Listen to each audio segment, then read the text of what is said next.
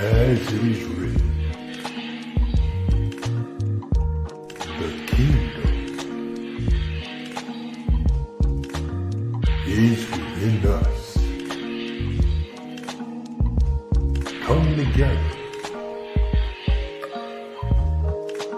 and discuss the issues within the kingdom. Speak your peace. Speak the truth. For the kingdom is at hand.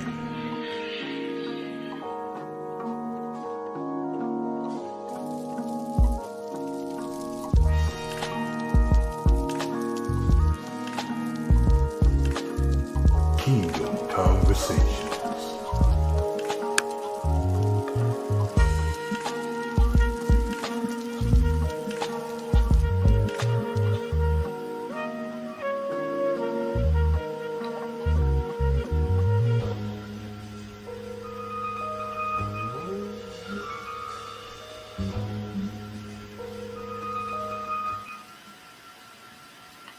Hey, shalom, peace and blessings to the family, peace and blessings to the whole house.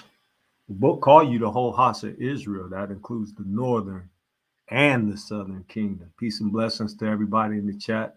This is your big brother Cleo. Hope everybody's doing well on this day. And we have another fantastic episode of Kingdom Conversations. Today, we're going to have a guest on, and our guest is going to bring us two different areas of topic of discussion. But before we get into any discussions or anything like that, you know what I have to customarily do is I have to greet the family and say hello to the family that's in the chat room. Peace and blessings, fam. Hope you guys are doing well. Let's start from the top. My brother Darnell Blackshear, how you doing, brother? Linda Ricks, how you doing, sis? Yazadik Yisrael, what's going on, good brother? How you doing? Hope all is well with you. Ellen F, peace and blessings, sis. Yvette Rivera, peace and blessings. Kadar Scales, what's happening, brother? How you doing? We'll drop the link in the chat and get you in. Sarita Hebrews, shalom, sister. Hope all is well. Hope you're doing well. What I'm going to do is I'm going to go in the background before we get started. You know me, I like to have music playing in the background. So throw some music on. If it's too hot, you guys let me know and I'll turn it down, right? Hopefully it's not too loud. So tonight, we're going to have on Brother Big Red. And Big Red is going to bring us some really, really, really good information. And I want you guys to get your notepads and get yourself something to drink, a cool glass of water or lemonade or iced tea or whatever it is that you drink. We got a couple more people that came in so that you guys can write down the information. And then also keep in mind your questions, because after Big Red rocks out with the information that he's providing, we'll do the Q&A after that. So I want to say also shalom to Seeking the Most High. Shalom to Sister Paula Lawrence and Sarita Hebrew. Shalom again to you. So without further ado, I'd like to introduce Big Red. Brother, unmute your mic, please. And can you first of all say hello to the family, to the folks that's in the chat? What's good, everybody? How y'all doing, Hebrew Nation? What's happening, Hebrew Nation? Hey, the Rock Wolf, Terrence, E, what's happening? How you doing? I'm gonna drop you guys a link, you and Kadar, a link in the chat. You guys could jump in if you want. Drop the link in there and you guys can go ahead and jump in. So Big Red, I want to start with you. You have a YouTube channel and we're gonna let that scroll on the bottom, but if you can just give me a little bit a brief thumbnail as far as who you are and what you do basically, and I'll continue to ask questions, but basically who you are and what's your background. What's up? So, Big Red. Actually, that's an acronym. It stands for Bathe in God's Righteousness, Emasculating Demonic Devices. And basically, I been raised in the Lord. I was born and raised in it. Not born, I would say I was like 6, 7 years old when my mom and dad finally came into the truth. Well, Christian truth. And we was raised in church and stuff. Typical church kid, raised up around, seeing all the church shenanigans and stuff. But my mom was hungry for realness because she grew up in churches where they just told her, "Oh, you can't wear dresses and you can't wear makeup," and she knew that it was more to the yacht than just that. So she started a Bible study in the house, and then eventually that became a church. And then, a church as it was called back then. I'll call it an assembly now. It became like an assembly because we never was like a big mega, as America puts it. We was just like a little small, pretty much like Acts, you know what I mean? We was all meeting at the house and stuff, and we had to do the little church kid thing, and we had to clean up the house and get everything ready for everything to come in and stuff like that. And it evolved into her having the ministry. Like really God threw her into it because she was kind of really reluctant, didn't want to do it. And, Yah just kept showing her things. So we ended up having the ministry and stuff. And I really praise Yah because we learned from the Old Testament to the New Testament. It was like 97, 98 when we started giving up all the holidays and stuff because she did a study on all the different days and their pagan origins and how it was all wicked and stuff like that. So we was young, knowing that Christmas was Saturnalia and Valentine's Day was Lupercalia and all that kind of stuff like that. And it just really progressed. And then she just passed away. Like, I think it was 2017. She passed away. When that happened, it kind of shook me because I'm like, man, how can this powerful woman, of Yah, go through this? She had died of cancer. And so I'm like, I see him healing all, these other folks. Why didn't he heal that? And that got me in a search mode. And as I was in that search mode, that's when Yah started revealing to me the truth. And that's when I really started coming into who we are and what the real history of everything was and stuff. And man, it's kind of like my brother Jeremiah, man. It's like fire shut up in my bones. Sometimes I just rather sit back and chill and be like, whatever. But it's just, I see stuff and I'm like, man, it just burned in me. So that's how the YouTube channel eventually came out about it. Actually, first, I found a couple other Hebrew folks. I had found, Teo Ministries and Dante. And then I had saw Sister E, and they was having a fire conversation on Sister E. And they was like, don't you jump up there. You jump up in there. So, Sister E gave her brother a chance to jump up there. And then everybody started hitting me up after that. Like, yo, when you going to start a channel? So I was like, all right, I'll start a channel. Okay, so I have another question for you. When you started recognizing and learning who we were and that we were the people of the book, did your family receive you any differently, or were there changes in your work environment or anything of that nature? The work environment was pretty normal, but the family dynamic always, is different. I've always been the more radical one, me and my mom, really, because it's funny, some of the stuff that she used to say, I now am saying and going in about. Like, I remember we would watch movies and she would be like, yo, something about this movie just ain't sitting well with me, y'all. I can't watch this. And it would be like, yo, this is a good movie. What you talking about? This is great. She like, nah, just something about this is bothering my spirit. She couldn't, figure out what it was, but she was figuring out something was wrong with it. So I was like, oh, she tripping. She just reading too deep into it. It ain't that serious. And then now here we are years later, now that y'all has woken me up to the thing, I see things differently. And I don't see it the same way I see it. So now I'm that guy. I'm the, I always I said, I tell the family, I'm like, I know I got to be the wet blanket, but I'm going to tell y'all the truth. It is what it is. Like, hey, America is not our home. I am not, hey, I was born in America, but I ain't American. I got a card and I got all that to say I'm here, but this ain't my home country. This ain't where I'm from. We ain't been back to our plan and where we from. And, ain't no love lost from this country, as far as I'm concerned. Indeed. Can you share with the family, if you feel comfortable, what line of business that you're in, if you feel comfortable with that? Oh yeah. I always tell everybody I work in IT. I'm an IT nerd, you know what I'm saying? Geek through and through. Fix folks. I put together business networks for people. Basically, I work with cloud infrastructure, all that kind of stuff.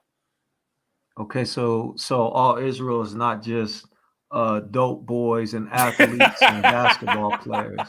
Man, everybody, when they see me, I'm talking about I'll be in a doggone restaurant and some, it's always an old Hebrew, fellow, but they see me and they say, oh, what's up there, big man? Oh, what team you play for? Oh, you look like you play for a team. Or, I'm like, nah, I work for computers. I use my brain. Well, okay, so the name is Big Red. It's obviously fitting for a reason, right? Right. I have another question for you, and I wrote this one down, right? And it was based on the conversation that you and I had. So you said your mom introduced you to the book of Tobit. Yes. Now, for normal Christian families or families that study the book, that's pretty out of the norm. Can you go into that for a little bit, please? Yeah. So my mom broke the taboo that Christianity tell you, oh, you don't need no book but this King James Bible. You don't need nothing else. So we were studying about like the Apocrypha and the Dead Sea Scrolls and whatnot. And she told the story about Tobit, and we were talking about like spirits, and she was talking about how when certain spirits, Yah will give you a strategy for taking out these different spirits. And she used the story of Tobit when he went with the angel. He didn't, Tobit didn't know it was an angel. When he went with the angel, and there was his cousin that was betrothed to him, and every other person that had got married to her died on the marriage night because she had a spirit that basically was like taking ownership of her. And the angel in disguise showed Tobit how to break that demon by using this fish that they caught in the river. And he said, all right, keep the gall for this. And then when you had a fish, cut it up like this and do this and that. So through that one fish, he not only got deliverance for his wife and was able to survive the night, because his father-in-law was like, man, this dude finna die. I'm finna go ahead and dig the grave. Like the bro had dug the grave and everything for Tobit. Then he come out the next day and they woke up like, hey, we good. So he was like, yo. But Tobit's dad had also went blind. And when he came back with the gall, he used the gall to open up his dad's eyes. Like that story blew my mind. And she told that story in church over the pulpit. She taught out of the book of Tobit. She taught a lot. Now that I'm learning the Apocrypha, a lot of things that she talked about over the pulpit came from Apocryphal books. And she loved Enoch. Enoch was her dude. So I have zero doubts that she poured through the book of Enoch. Wow, that's fascinating and profound at the same time that your mom was that in tune with the spirit. Man, she was a blessed woman, man. She was really a blessed woman. I want you to touch on this one thing though, and I'm drawing from our conversation now. And so you said that your mom knew, right? You said your mom knew, but she didn't really share, or she because like we would have conversations, like me and her when we were talking and stuff like that. I remember this was years ago, man. This was when Nita Bynum first came out, when she was first actually for y'all, before she let the glitz and the glam turn her heart like all these other folks do. But she first came out, man, she was on fire. And I just know I'm young, man. I'm like a 10-year-old kid. And I'm sitting in there and I'm watching this thing that she did. It was when she did Behind the Veil, I remember. And that jump was straight when she first did. It was powerful. And I was just like, man, I remember telling her, I was like, Mom, it's just something about Black people. When we flow in the word, it's different than when white people flow. And she was like, yeah. She's like, I didn't really want to say nothing about that. She's like, but it's a big difference between when a Black person got it and the white person. And we even talked in the days, like, we started talking about like the Sabbath day. And because I was involved with somebody whose parents were Seventh-day Adventists, and we started talking about the Sabbath day and stuff. And she was like, yeah, I actually do kind of keep the Sabbath day. She said, I really don't do nothing on the Sabbath day. I know that it's Saturday and it's not Sunday. That's all she told me. And I noticed it from then on that she would observe the Sabbath. She would, she would chill and mainly study on Saturday. She still kept up, Sunday church and stuff, because, everybody wasn't there yet. But she told me and said a lot of things in our conversations that we talked about that let me know that she had an inkling about a little bit more than what she knew, what she was sharing. That's pretty awesome. That's heavy. I wish, and I come from a line of pastors and preachers and whatnot, but I wish that they had been in that kind of tune. I want to ask you something, and this will be the last question that I ask you. Before we allow you to get busy and start putting in work. How does the Bible treat you now? In other words, when you look at the Bible knowing that you're Israel, how does it look now and how does it feel now? Man, the Bible makes sense like perfect. It's like illuminated like never before.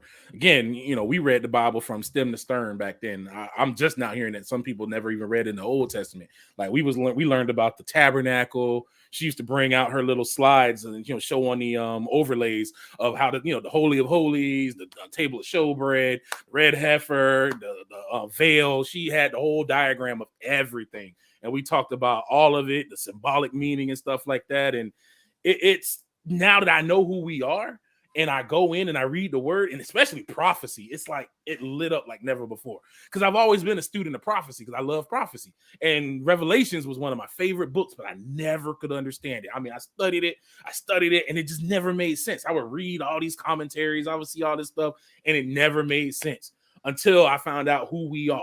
And I literally just started going back and reading over some of the same things again, and it all just like, it's like a light bulb went off. It's like new. It's almost like a new book to me. It's crazy how I read all this stuff all these years and it didn't make sense. This just shows how in blindness that we were and how brainwashed they got us, that we literally have the truth right in front of us and don't even know.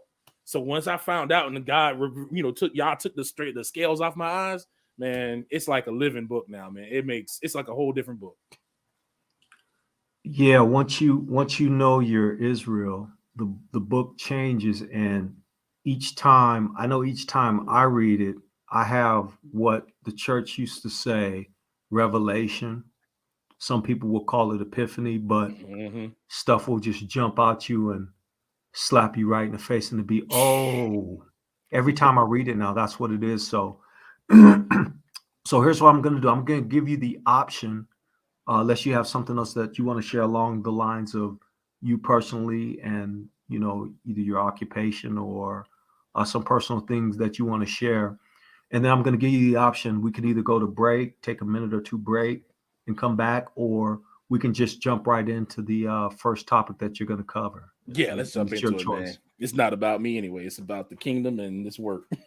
That's what's happening. So what we'll do then is I'm gonna allow you to jump right in. Okay, so the first topic the brother is going to cover is he's going to cover his process and methodology on how he does study. So what I'm going to do is I'm going to shut up and actually put my mic on mute, and I'm not even going to play any background because you guys heard the background music was playing commercials, so I'm not even going to do that. So I'm just going to let the brother rock out. I'm going to go on mute, and I won't be interrupting him. After he does this presentation, we have another part that he's going to present as well, and that one's going to be doubly more interesting. So I want you guys to stick around for that as well. So brother, you can take it away. All right, you're gonna put up that screen then. All right, so I did a recent video, and the brothers wanted me to bring forth a little more detail into that, just kind of bring that down about how to study the Bible, because one of my main mantras is something that even my mom, told me, is that whenever she would even set this over the pulpit. So it wasn't even just me. She told this to everybody. She would always even say this when she would bring the word, is don't take my word for it. Go and study it for yourself. And that is what I say. Don't let me be the arbiter of truth. Don't let nobody be the arbiter of truth. But you and the Ruach. Let the Ruach guide you. Let Yah be the one who shows you truth. We could be guideposts. We're like guideposts to point you in the right direction, but it's ultimately up to you to get into the word and just find it for yourself. We have to get out of that mindset of where we have somebody else bringing things into us, and that's how we get our word, instead of us actually taking time to go into the word and do a deep study, not just read a couple Psalms and be like, oh, I feel good. Like, go into the word and study. So this is a suggested thing. I'm not saying that this is the best all end all be all. I'm not saying that this is the only way for Hebrews to do it. Don't nobody make a doctrine out of this. I know all of us came up out of the wicked Christianity and they make doctrines out of everything. This ain't a doctrine. This is just helpful tips for everybody to, to kind of like look along with and to go on with. And basically what we have to do is we have to understand that the Bible is an old book. And just like, my son he's reading Romeo and Juliet, and it's hilarious to me now hearing him talk about it, how it's just, crappy and stuff, and it's hard to read and everything. And I'm like, yeah, it's good. It's good training to get your mind ready to read old things like reading in the Bible. Because that's what I had, what I did when I was young. This is where I actually learned that from Babylon school, actually, because I had advanced classes and we learned Romeo and Juliet, the Canterbury Tales, all these old, European writers that wrote in Old English. But there was one thing that they always said, that you can't understand an old book with new ideas.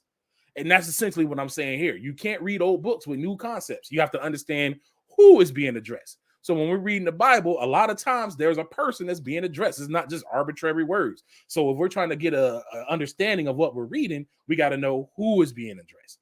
What's the speaker trying to convey? So what is the purpose of this conversation?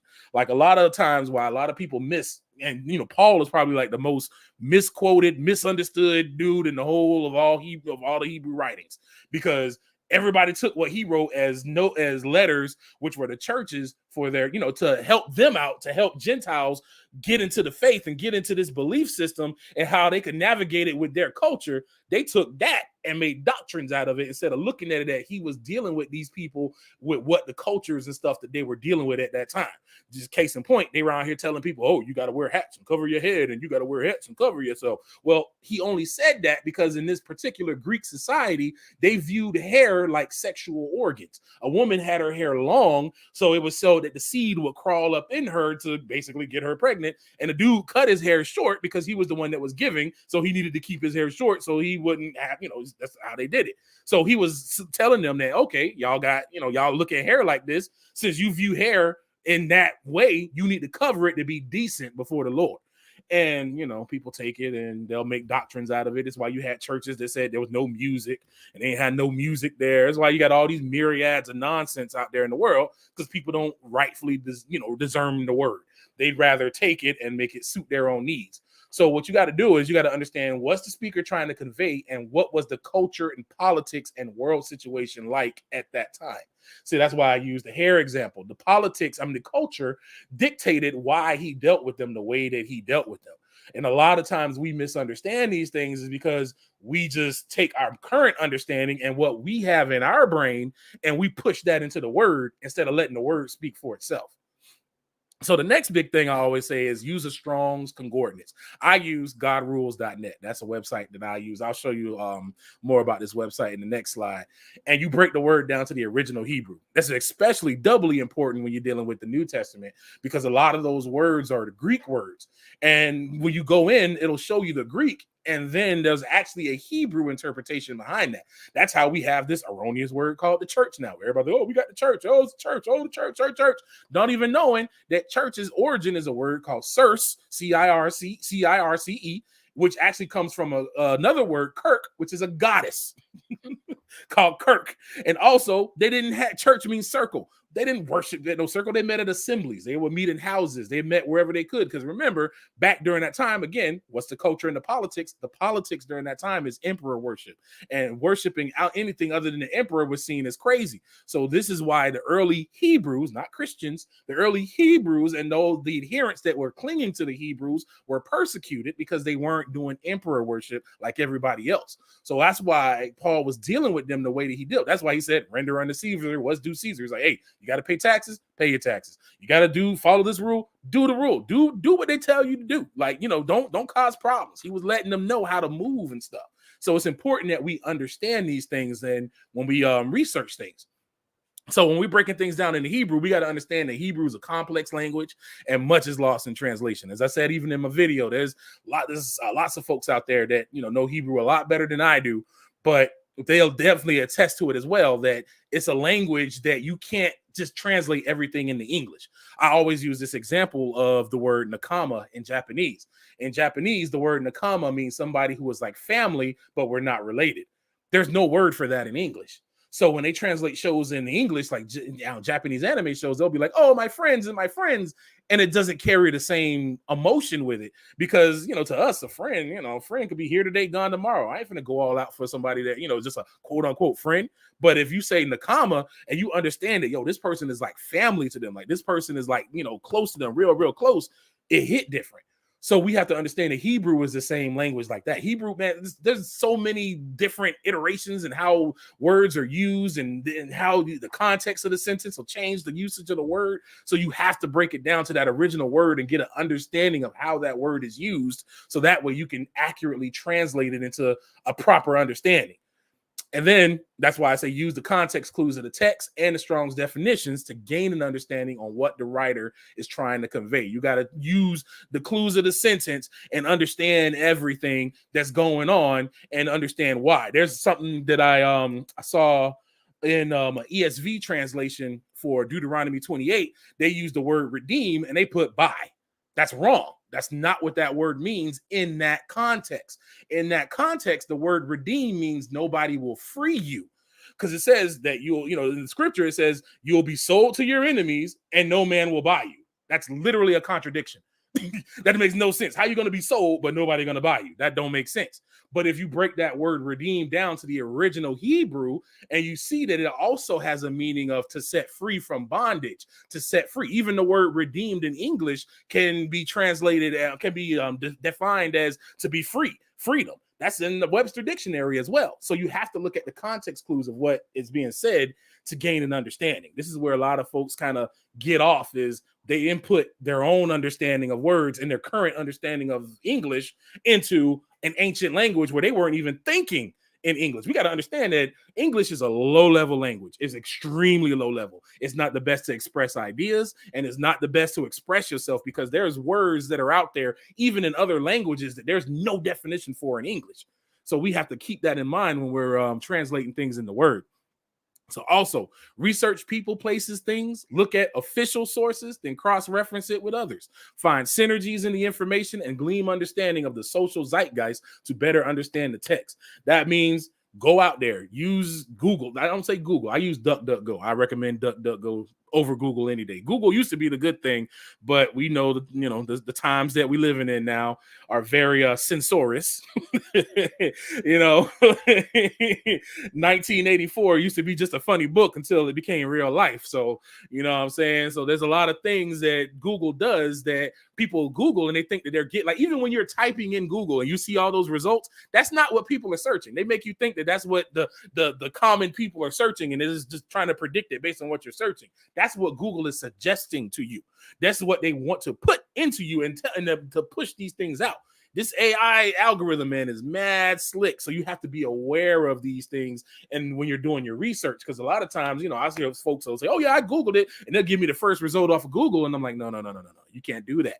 You have to understand what the information is that you're getting at. So sometimes I'll go to like a .edu or a .gov site, or, those are the different things on the end of the website. They call them the domain. .com is commercial, .gov is government, edu is typically one for a school or a university. That's the word I was looking for, like a university. So those are usually like journals you'll find where you'll have like scholarship that'll be peer reviewed. There's all sorts of little websites that you can find with all that kind of information where you can look all that stuff up. And if you find websites that are not an official source, match that information up with the official source. If they're getting a lot of stuff right, then you can pretty much look at it and say, okay, a lot of this stuff in here is right. Cross-reference it. Don't just take one site's word for it. Go to other things and make sure you can find at least 2 or 3 witnesses to stand with you in what you're thinking about and in your line of going. And also don't go to things that fill your cognitive dissonance. If you're wrong, you're wrong. I at one point erroneously said that Peleg was around the time where they were separating the continents because of continental drift. But then as I read further in Jasher, in that text, in that particular time frame, had more detail given out to me, I realized that they called it Peleg because that's the time they separated the lands amongst themselves. All the sons of Noah said, okay, you're going to go here, you're going to go here, and they started divvying out the land. So you got to be careful with how, you read things, because I was putting my understanding of continental drift into Peleg's name when actually that's really wasn't what it was. So that was a clear example right there of, how I use my own bias to put something in the word that wasn't there. So it's very important that we read the word for what it says. And then the Bible does not contradict. This is the big one. That's why I put it in all big capitals. The Bible does not contradict. If you're reading something that claims to be a biblical text, but it contradicts other parts of the Bible, it's not biblical. There's a codex out that said it was written by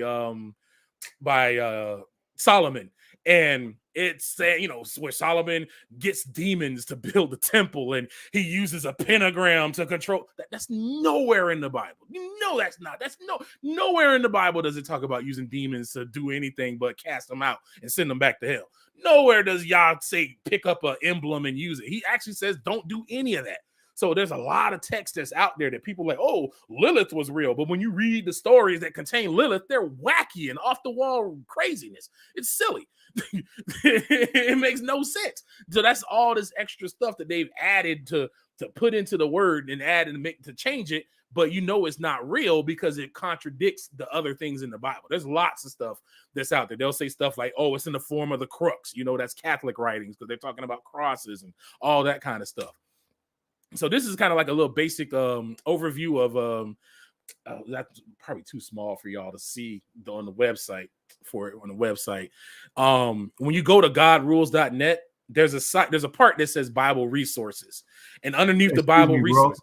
Excuse me for interrupting you. My apologies, bro. Can you open up a live page and maybe show these live?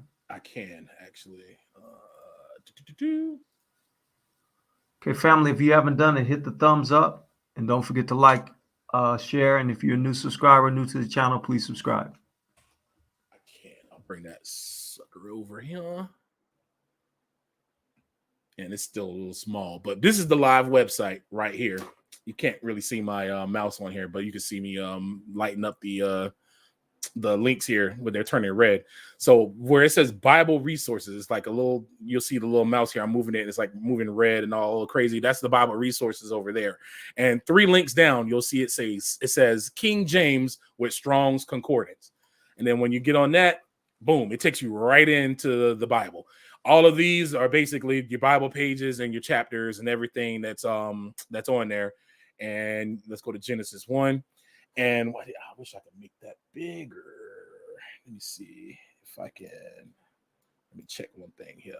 Can you on the share screen part of it, if you just select the whole screen, I think that will take up the whole screen. I got the whole screen on there. Is that I got an ultra wide monitor? I'm nerdy. Okay, so. And then what about us? What about us being not being shown?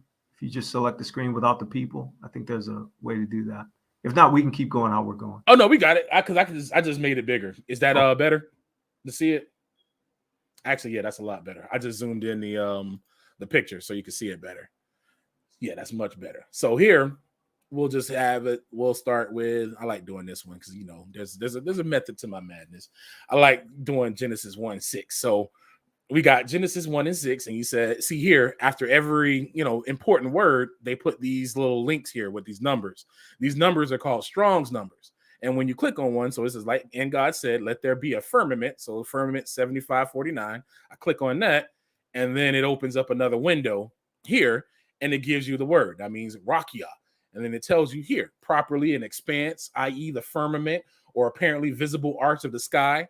And then you see here, it says it gives you the extended definitions, just like a regular dictionary. You have extended surface, a solid expanse, the expanse flat as base support, firmament, a vault of heaven supporting the waters above, considered by Hebrews as solid and supporting waters above. So that is what the firmament is. And it also gives you the Greek version of that as well. Because remember, he had a Septuagint. So there's also other words they have for the Greek for that as well. So they'll give you the Greek version. The Greek's numbers have a G in front of them, and the Hebrew numbers have an H in front of them. So that's how you can differentiate which one is which. And it'll also tell you, like, this is the number for the strong 7554. And it'll also give you the what the original is. And if there's anything that cross-references it, like any other words, like let's look at divided. Like even here with divided, it gives you all these extra things after that. Because see, in Hebrew, there's different, I forget what they call it, but there's and I know all the folks that know it is like, they're screaming at the screen, but I forget what they call them, but there's actual like little accents and other things that you add onto the words to change the meaning of the word or to give context of the word within the sentence that they're speaking. And the Strongs will give you an understanding of that and give you some breakdowns of that and all the other things that they have in there. So like this one is bane, it gives you the plural, the whole definition of everything, and you can just break that thing down. So it gives you a bigger understanding of what the words that they're saying are and what it is that they mean. Like I'll use another example. Let's I'll go to Acts 5.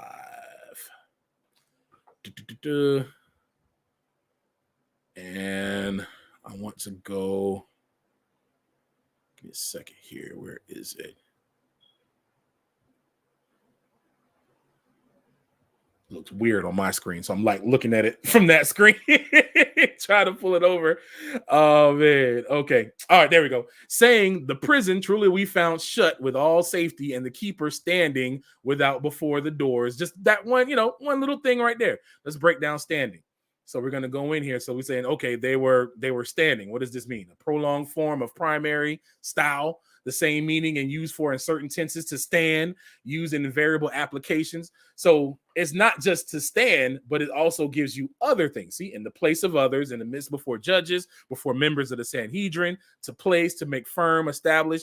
It gives you different meanings of that word, and then it also gives you the different forms of the root word. That's why you see here the Hebrew strong and has all these links down here, because it's different roots and different forms of it that they can basically show you where this word is made up of. It'll break the word down, because the word means histemi. So when I click on this one here, this is badal, to divide, in the sense of literally separate, distinguish, defer, to divide, part, separated. So it's these all are playing into what they're saying here. So when you're studying and as you're trying to get information and gain understanding, you can use these definitions to break the word down literally to every part that builds the word up. Like, I'll use an example. Another example. Where's Matthew 5? And then I want to find where. There we go. So we got Jesus right here. I'm going to use his name as an example, or the name that they gave us. This Jesus name. So we say, okay, that's just, people tell you, oh, it's Jesus and stuff like that. Okay, well, we see that that's Jesus, but we go to the strong. Let's see, of the Hebrew origin, 33091. What's that? Oh, it's Yahushua, and it means origin, or Yahushua. Jehovah saves, Jehoshua, the Jewish leader. And then it breaks down the name further. When you start clicking on these, you have Jehovah, or Yahweh, self-existent, eternal Jehovah. So you see we have the name of God in his name. And then you have Yashah, which means to properly, to be open, wide, or free, to be safe. It means to be saved or delivered. So we understand that the breakdown of his name means Yahuwah, Yah has delivered. Yah is our salvation. Yah is our victory, our deliverer. So these are all the things that you can break down with the words. See, deliverer, Hosea. All these different things break down. He will save. Yeshua, the name of the 10 Israelites. So it breaks down the names even of people. That was a big thing too that my mom also used to do, is break down the names of people, because we're so Hellenized that you got folks that name their kids Damien and all these these names that are just really demonic in origin, because we don't understand that names mean something. This is why Jabez was so beside himself, because he was like, man, my name means pain, and I want to, Lord, change my name so that my name won't mean pain, won't mean I won't bring pain anymore, because he understood that his mother named him out of her pain. This is why when Jacob, wrestled with the angel, his name was changed after that. This is why Yah changed Abram to Abraham, and he changed different names of different people to symbolize that you're not that same creature no more, and this new name is significant of who you are. So it's very important that we not only understand that, but even the context of everything that we're reading, that we get an accurate breakdown of the word. And that's all I'm gonna say on that. All I'm gonna do on that one there, brother. I'm gonna leave that one there. You also have access to, I'll bring up too, that they have topical cross references. Actually, let me bring that screen back, actually, and I'll show you that too for those who oops, wrong thing. Sorry about that, y'all. Where did that screen go? Right there. You have right here the topical Bible. So when I click on that, it gives me all the different verses that relate to the verses you see here. Christ reproves the Pharisees, 12 chooses the apostle to heal, and it gives you other verses to reference in that. And it also gives you the parallel Bible, which is the little P, and it'll give you the different parallel translations of what you're reading. So really, this website is a very good tool, and it's online and it's free. You don't got to pay for nothing. You don't have to, do no kind of monthly service or anything like that. It's free information that's out there and that you can use for your daily studies. I have a physical Strong's, but I use this primarily for all my studies.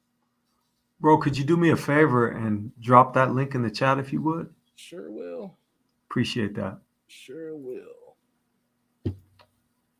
And so, family, that was a great take on a methodology, brother. I really appreciated that. And I'm sure a lot of you have your own methodology, but again, it's about sharing what we know and giving back to the family and helping the family, because although most of you probably know and have your own Strongs and have your own methodology, there's probably some that don't, that are listening in, that will tune in and say, hey, you know what? I didn't know about that resource. Let me use that resource and let me get that under my belt. And that'll be another tool that we have. And so, brother, unless you have something to add to that, we're going to take a break for a couple of minutes. And then during this break, I want you guys to get refreshed, get your refreshments going on and all that other stuff, and come back, because this next part is going to be mind blowing. I'm telling you that right now. Y'all mind is going to be blown, because now we get to talking about getting your cheat codes and getting your information back that was stolen from you, right?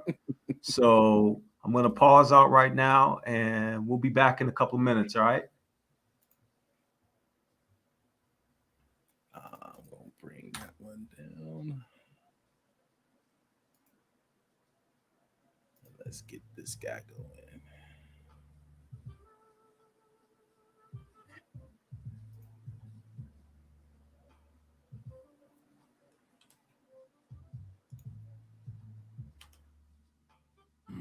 Let me.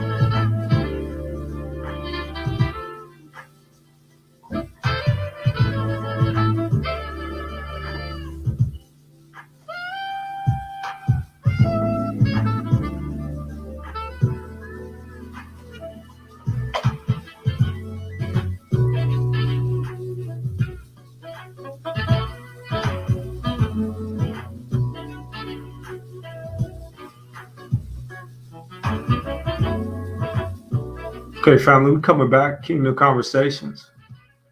Check this out. If you haven't hit the like button, go ahead and hit that like button. If you haven't subscribed, if you're new, go ahead and subscribe. Because you know this channel is putting out the whole truth and nothing but the truth. So help us the Most High. And we do it according to the book. We know that the Israelites is the next world power on the earth. And we know that this nation called Israel is going to take over the earth. And we're going to rule under Mashiach. We do know that.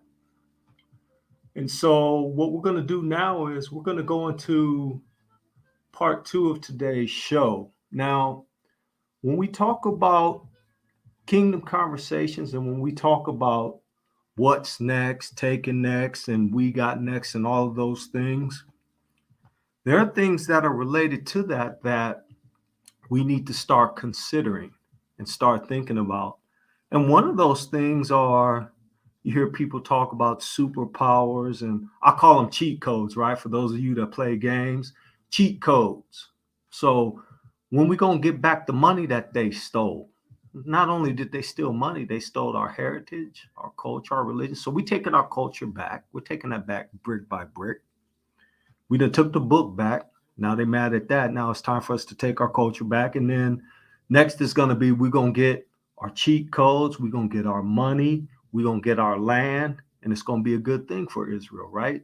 So what the brother's going to bring today is something that you don't consider, but when you think about the kingdom and what's coming towards us is lost technology, right? They stole technology, and I'm not talking about the cotton gin. I'm not talking about that liar who said that he flew a kite when it was raining. When he was lying, he know he had somebody that looked like me and you go fly the kite so that they could get electrocuted, and he could say, oh yeah, I discovered that, right? So what the brother's going to go into now is he's going to go into lost technology. So what I'm going to do is I'm going to turn everything down and off, and I'm going to let the brother take over. And again, I'm going to mute myself out so the brother can just rock out by himself. And what I want the family to do is gather your questions. And at the end of the brother's presentation, we'll have Q&A. For those of you who want to jump on live, you can jump in and we'll drop the link in the chat. Otherwise, you can ask questions, save them for the end, and then the brother will answer your question. So Big Red, go ahead and rock out, bro, on Lost Tech. All right. Go ahead and put that screen up. You go ahead. Oh, hold on a second. Yeah, I need help and I need Jesus, right? You good? Both of them, man. Jeez. Okay, I'm gonna go ahead and add that. All right. So okay, hold on. I'm gonna switch how we do it this time. I'm gonna switch it to that. Yes, sir. That? Yes, sir. That's perfect. That's perfect. Okay, yes, cool. sir. You know what? I was telling you to do this, and it was on me. So please forgive me. Y'all know who and what I need. So there it is, right? All right. So it's just like the brother said. We know that they lied about who we are. We know that they changed history to say who we are. We know that they lied about what we did. They lied about our accomplishments. There's all sorts of stuff that we know. It's lies and lies and lies. Yet and still, we still have many Hebrews that cling to Babylon notions and cling into things of Babylon. So what I want to do is I'm going to give you some introductions. What we're going to do is, when there's a scene in the Matrix that still rings true to me so much. It's when Neo first got pulled out the Matrix and he's up on the Nebuchadnezzar with, and it's funny, they call the ship Nebuchadnezzar. Now that I'm thinking about it, Lord God.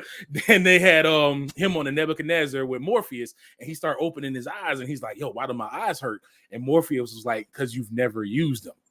What we got to realize is we are those people.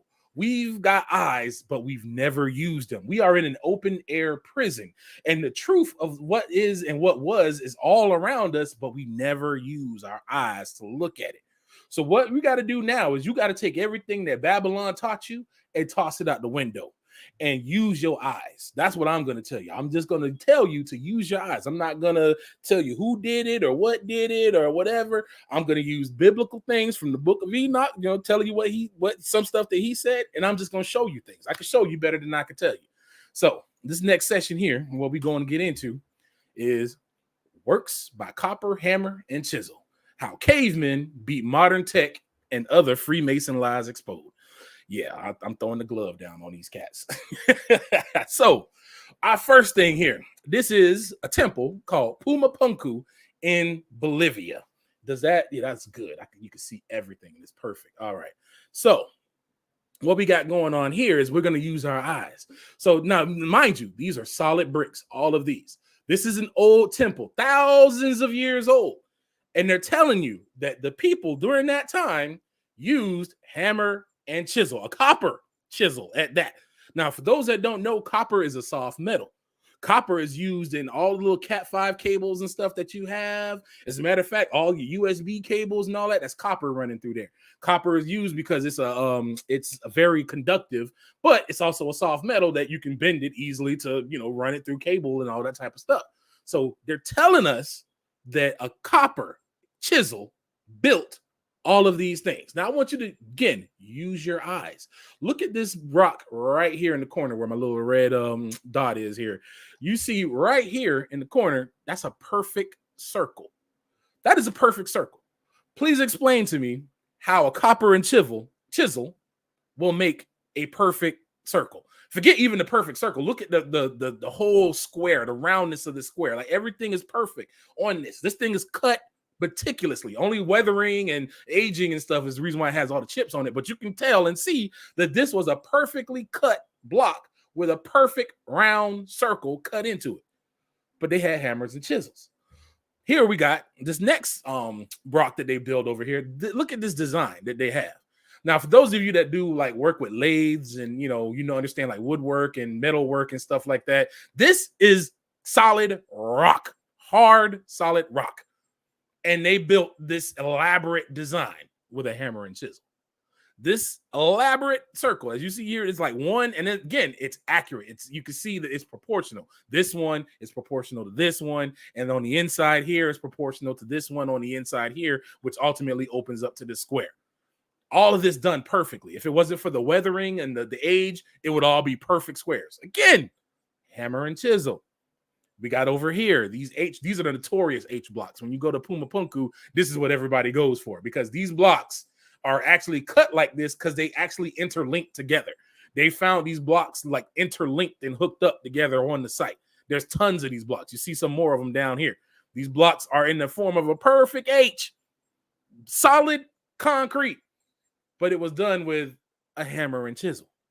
They're telling us that these people were cavemen and they were primitive and they had nothing and all they did, these marvelous works that we don't do. Again, look over here in this other picture. You can see right down here, all these elaborate cuts.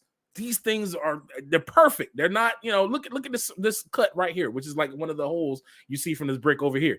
This is perfectly bored through. Perfectly bored through. They put a light in through it so you can see. Perfectly bored through, and it looks like it's even cut in here in the middle. There's a section cut in here. All of this perfectly smooth, but they want to tell us that this was done by people with a hammer and a chisel. I'm gonna go pull up another one for you. This is in Egypt. This is in the Valley Temple of Giza. There's a bunch of temples and locations in Giza, and it's not just the Giza pyramids, but the actual ground of everything is covered with these. Now, this right here that you're seeing where I'm circling, that's granite. That's a hard metal. There's actually a video out there of these Europeans trying to simulate how they cut the stones back in the day using these crazy tools. They used a copper chisel and the chisel broke. It didn't even put a dent in the doggone rock. And they had another one where they were using the saw and they were like putting sand on the saw and were like cutting on the rock with the saw. And a day later, they had only cut like 4 inches, if that, into the rock. A day later. And the cut wasn't smooth. It wasn't nothing. It was just this rough, ridiculous thing. But they would have you believe that they use these tools. Look at how smooth. Use your eyes. Look at how smooth that is. That's granite. Smooth.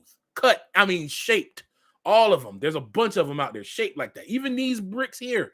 Look at how perfectly smooth it is across the top and the perfect proportions of everything that they have. And that's not all. These bricks here on this side, this picture really doesn't accurately show it, and I really couldn't get one with a person in it.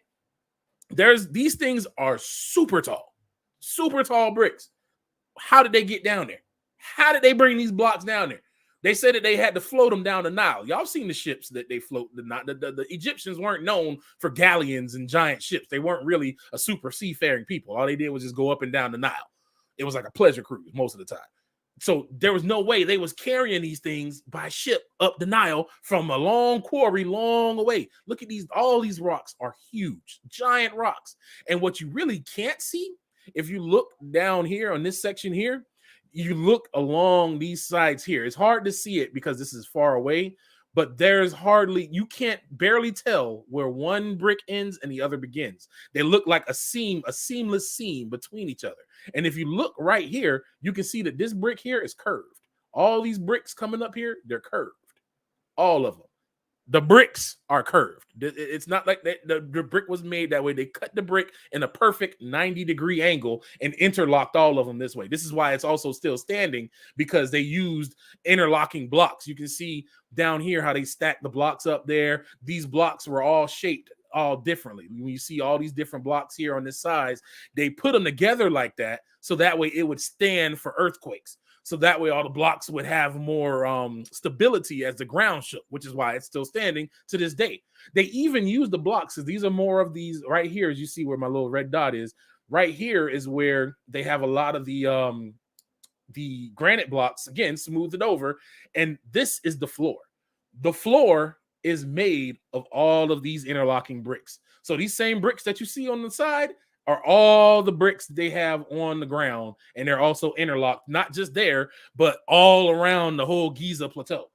Another thing that they have here, another example, this big tall temple that's over there. Look at the perfect cuts into there. Look at how it's like perfect, all symmetrical cuts.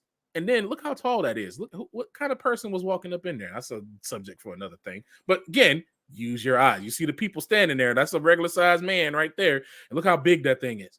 Look how tall this stuff is. Look how detailed they had. Even in these old weathered bricks, you can see all along here, all the different interlocking bricks that they put down. They put this down to make it easier for people to walk on. But this was a stone path at one point. And all of these bricks, you see the Giza pyramid in the background. These are all the temples that were in that complex right there. And here's another set of bricks that are all interlocking all together. And they want to tell you that this was done by people with a hammer and chisel. Again, we got to use our eyes. Let's pull up another example. Now, India is one of my favorite places, because India has a record of their history. India, unlike other places, keeps an accurate record of what they have going on throughout their historical stuff.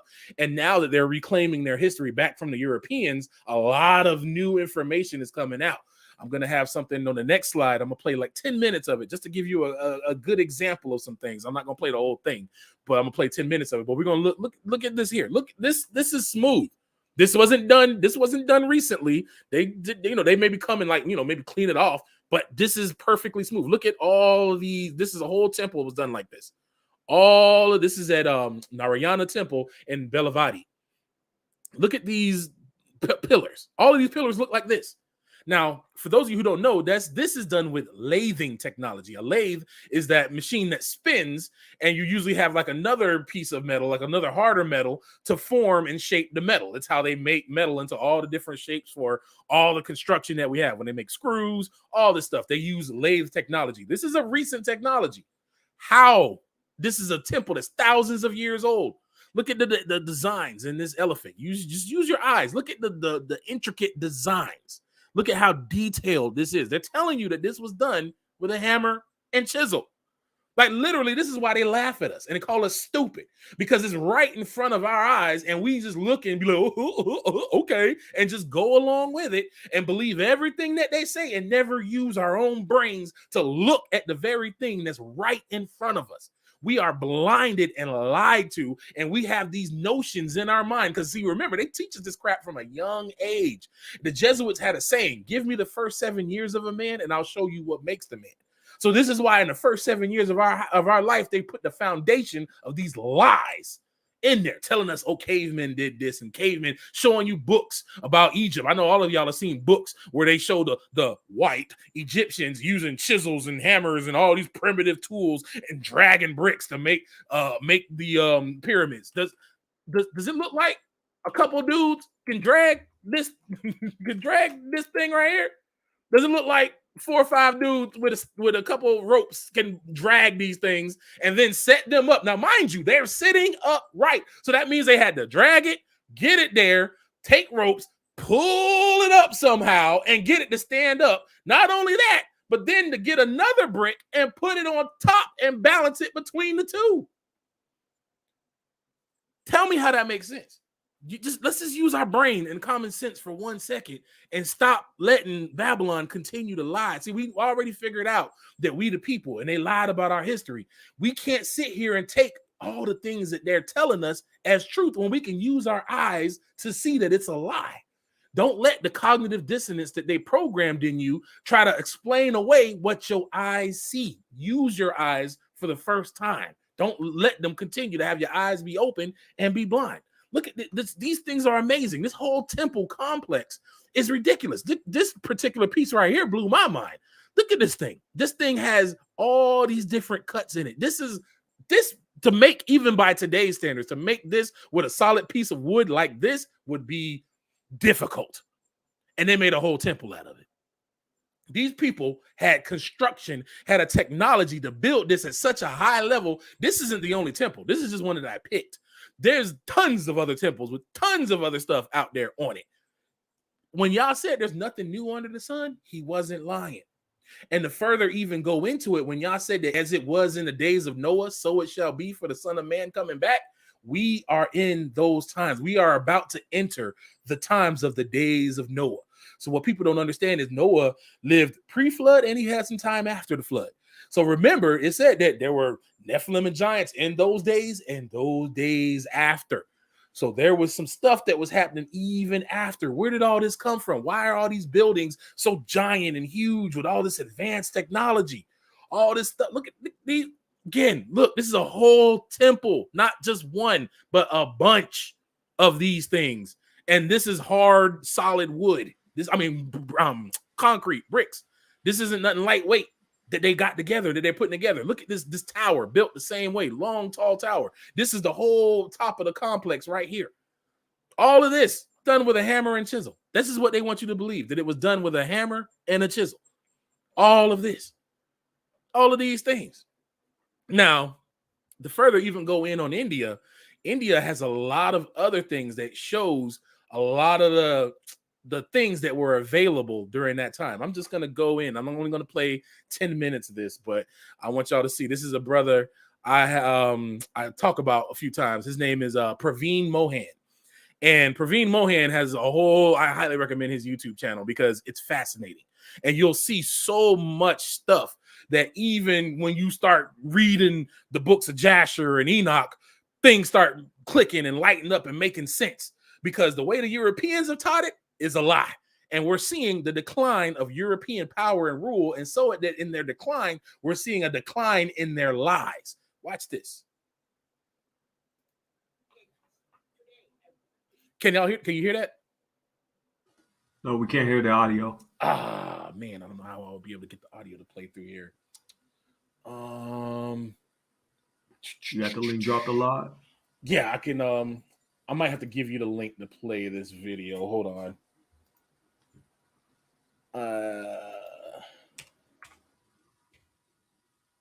May have to give you the link for that. You want to drop it in private? Yeah, I'm gonna drop it in private. We're just gonna play 10 minutes.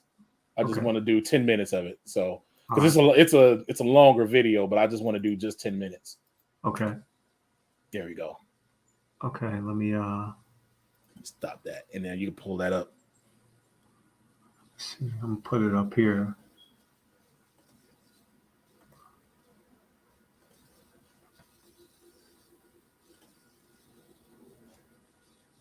It says, whoa.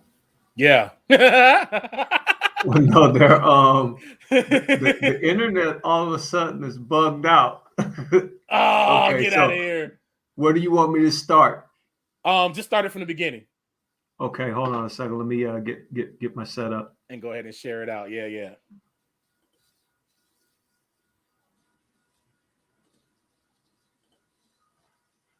Okay, so we got the screen up, There we go. and can you see it? Yeah, bring that back. No, bring that back to the beginning. Yeah, man, I shared the one where I was watching. Right there. Yeah. Okay, can you hear the sound? No, I can't hear the sound. There it is. Turn up the sound. Groundbreaking evidences There about we go. ancient India and its technology. Here's a carving found in an ancient temple. It shows something mind-boggling: a sperm approaching an ovum just prior to fertilization. But this sounds nonsensical because we know that the human fertilization process was only discovered in the 19th century. But this ancient Indian temple was built more than 1,000 years ago. So, how could they carve a sperm and ovum looking like this without a microscope? And pay attention to the carvings too. Some will argue that this is something else, a snake eating an egg. Some will argue that this is Rahu from Hindu mythology. He is known for eating the sun or moon, causing the eclipse. Quite an interesting story from Hindu texts, except that this explanation conveniently avoids telling you that Rahu is only half snake. His entire upper torso is always shown human-like with full facial features. Here is another carving from another ancient temple. Again, this is clearly a sperm fertilizing an ovum. This is how it originally looked in the last 5 years, and the temple has decided to paint it recently. Sorry, it looks like this now. I like the older look. And one detail of this is that you can see that the sperm is smaller and the ovum is larger. If this is a snake, there's no way it can swallow this. If you look at the actual videos of snakes eating eggs, you will not even consider this as a possibility. And this is not even a snake because it doesn't have any head or scales. If you notice Hindu temples, they carve the details perfectly. They carve the scales, they carve tongue, they even carve rows of teeth inside their mouths, which most of us today don't even know they have teeth like this. If this is in fact a sperm and ovum, and ancient India was far ahead in advanced technology, shouldn't they have documented what happens after fertilization? In another ancient temple, you can see something even more strange: a single cell. This is unmistakable because it looks circular, like an egg cell, with a round nucleus at the center. So, what happens when a sperm unites with this egg cell? A new life called zygote or embryo is formed and it starts to divide rapidly. The fertilized egg starts to split into two cells. Again, this is clearly shown in the same temple, in the same place. Then it starts to split into four cells. Again, this cell division is also clearly shown in the same temple, side by side, as though they're giving us a step-by-step explanation of the process. Then the cells start to become a blob and slowly start to look like a human after 8 weeks.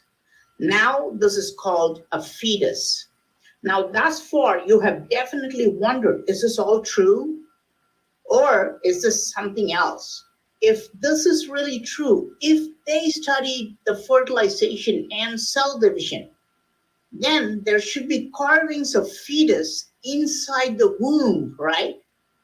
In a temple called Kundaram Bhairavar Temple, there are carvings showing fetus with the umbilical cord attached, clearly in a fetal position, just like how we are able to see them with advanced technology now.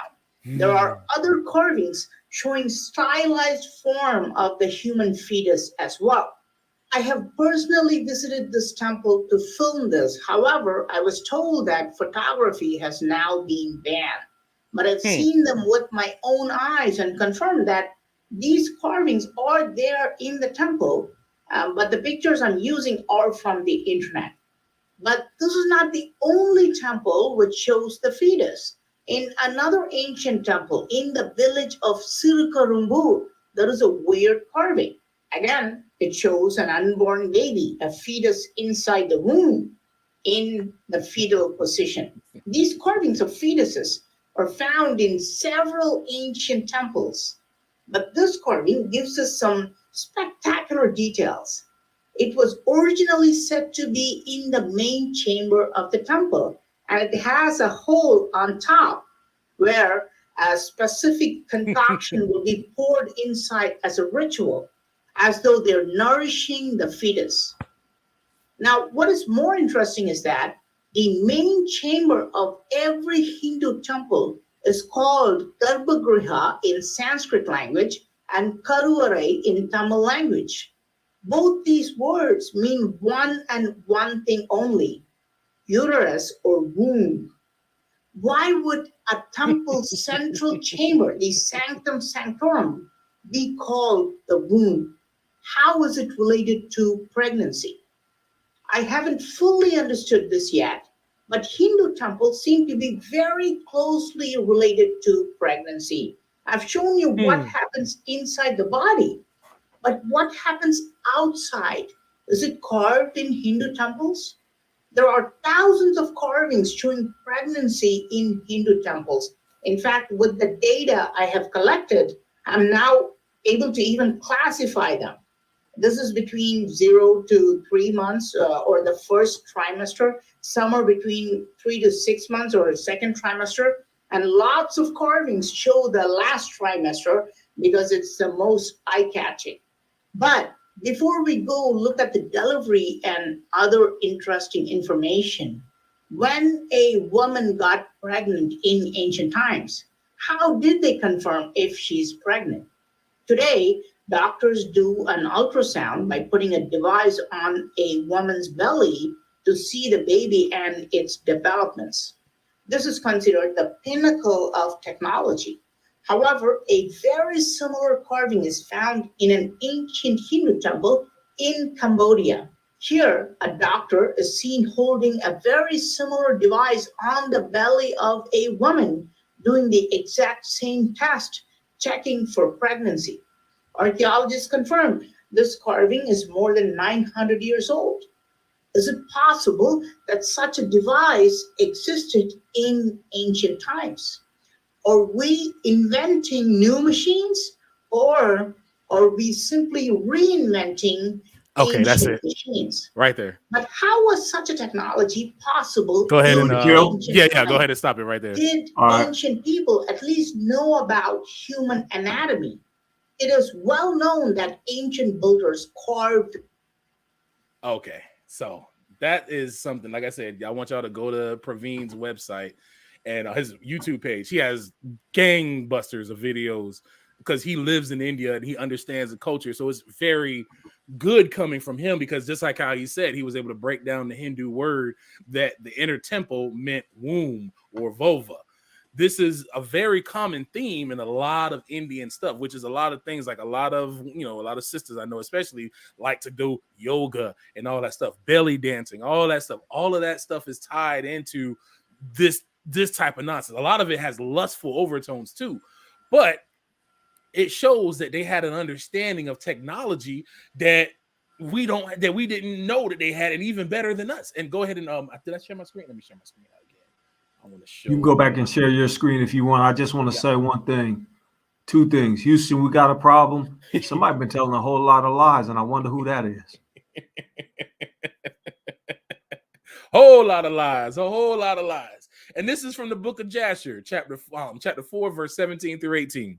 And every man made unto himself a god, and they robbed and plundered every man his neighbor, as well as his relative, and they corrupted the earth, and the earth was filled with violence. And their judges and rulers went to the daughters of men and took their wives by force from their husbands according to their choice. And the sons of men in those days took from the cattle of the earth, the beasts of the field, and the fowls of the air, and taught the mixture of animals of one species with the other, in order therewith to provoke the Lord. And Yah saw the whole earth, and it was corrupt, for all flesh had corrupted its ways upon earth, all men and all animals. So knowing that they have that thing that he showed where he said was the temple that you pull in, what he further goes to talk about in the video, and I highly recommend y'all watch this channel and watch the video. He starts talking about how they had artificial birthing chambers and that they knew how to grow babies in vitro.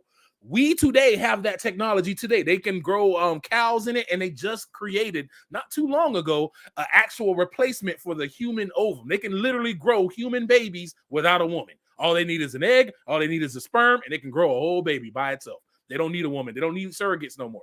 They have this technology, and they had this technology. Jasher is showing you that they knew about DNA, and they knew about how to manipulate and manage DNA. If they knew what the baby looked like, they knew they knew what sperm looked like, they knew what the ovum looked like. They have all these things shown it. See, what you got to understand is the temples were the source of knowledge, especially in the culture of India. They went to the temple to learn things. There's temples that Praveen has found with actual with knots, like sailors' knots and stuff, drawn on the walls and carved into the carvings of the temple to teach the people how to do knots and how to make these super complex knots that Europeans say, oh, some random European dude, some random buck-toothed, stank, unwashed dude created it out of nowhere. But don't want to give the true thing to say, no, actually, they got this from other people who got this from other people who got this from fallen angels. Hey, man, that's no different than Tom Cruise being the last samurai, the last Roman emperor, the last ninja. He's the Mission Impossible. Tom Cruise get to be the Israelites. He get to be the Negro. He get to be everything.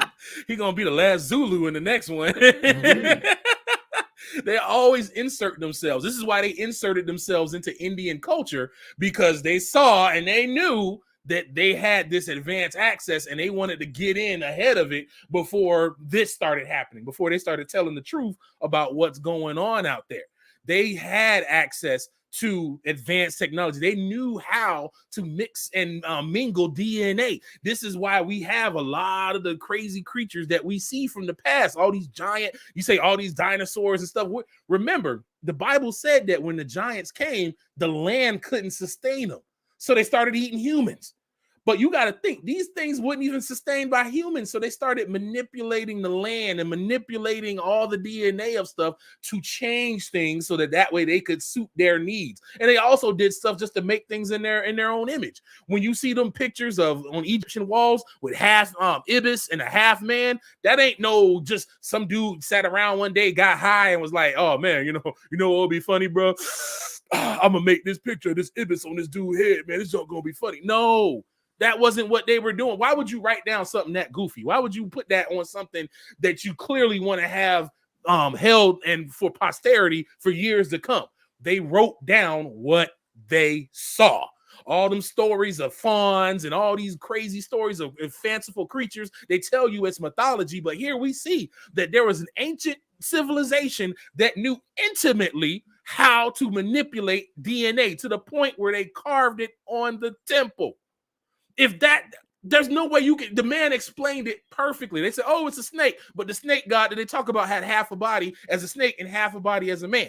They always try to tell you some old nonsense to throw you off instead of believing what you see. It even had the cell divisions and the different stages of the cell divisions all the way until it became a fetus. But you want to tell me that this book of Jasher, what they're saying right here, don't mean what it say? Come on, man. I've got something else too that's going to throw you out. See, we think everything is new under the sun.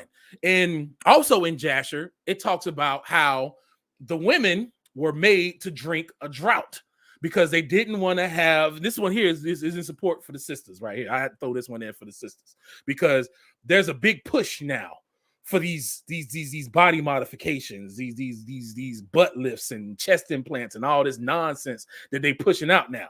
Look at the shapes. I apologize, it's indecent. I found the most decent ones I could find. Trust me, these carvings are very. If you're going and researching these things, I'll put that in there too. Make sure you are led by the Ruach.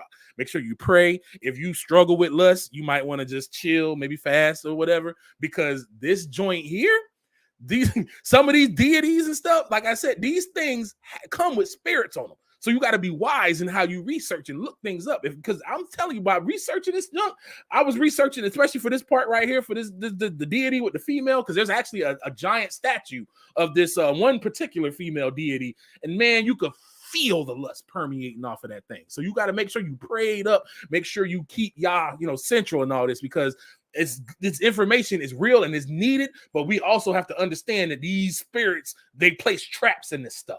There's a reason why this stuff is this way. You see, the women is naked. This is why do you think in New York they running around talking about women need to be topless? Look at here. These women ain't wearing no shirts. Look, this is how they walked around. But one thing I wanted to point out in particular, look at their shapes. Look at the hips. Look at how their bust is. That's not natural. That's not how a natural woman is built. That's not natural. Nothing. Now, one thing I'll say about the Renaissance or the European Renaissance is when they drew women, they actually drew them with very realistic bodies. They drew men and women with very realistic bodies. The women had bodies that looked like women that you see today. Like today, it's a natural look. But every time I've seen the women in these Indian ones, they always look different to me. And every time I look at them, I'm like, where do I see that from? Where have I seen that before? Why does that look familiar? There's nothing new under the sun. Look at the shapes of these women. Two women. This is Cardi B on the side, and this is Kim Kardashian. Two women who've known for their plastic surgery. Look at their body shapes and look at the shape of this. Now, their shape is pretty much, especially Kim, she started all this nonsense. She was like the big push for this current thing where you got women literally dying under the knife to look like this. All to look like this. So all you sisters out there, don't let this this is demonic. This ain't it. This ain't it. This is the same look. This is how them demons want them to look. See, the evil spirits that were born to these fallen angels became the very same demons that we deal with today. Do you think their appetite changed? Do you think that they all of a sudden gonna say, oh no, I like a regular woman? They literally had dudes telling women to drink droughts that they would basically get abortions so they wouldn't have babies, so their bodies wouldn't change. This was done. You can read it in Jasher. He talks about it. They said they drank droughts to abort babies so they wouldn't have, because a pregnant woman was disgusting to them. A natural woman was gross to them. Look at how they women was built. These are the deity women too. These are deities, because you can see right here, this is a woman as well, but she's not as tall as this woman. Also, I'm going to go back here. This is bigger. Look at what she's holding in her hand. Look at what she's holding. Look at her position. Come on, man. Anybody who be on Instagram and seen a selfie or two, you already know. You already know. Now, I'm not saying that's a cell phone in her hand, but just a simple act of what she's got going on shows you that there's nothing. This is the same spirit as it was in the days of Noah. This vanity, lust spirit, hyper lust, hyper vanity. She's looking in the mirror, all concerned. And in Indian culture, they're very decorated. All the dances and stuff, all that highly sexual stuff, all the stuff that they're doing now. It's all the similar same stuff. This is the same operations. Look, these women are shaped the exact same way. And there's tons of women out there that go under the knife to get this exact same shape. There's nothing new under the sun, y'all. That's all I'm going to give you for now.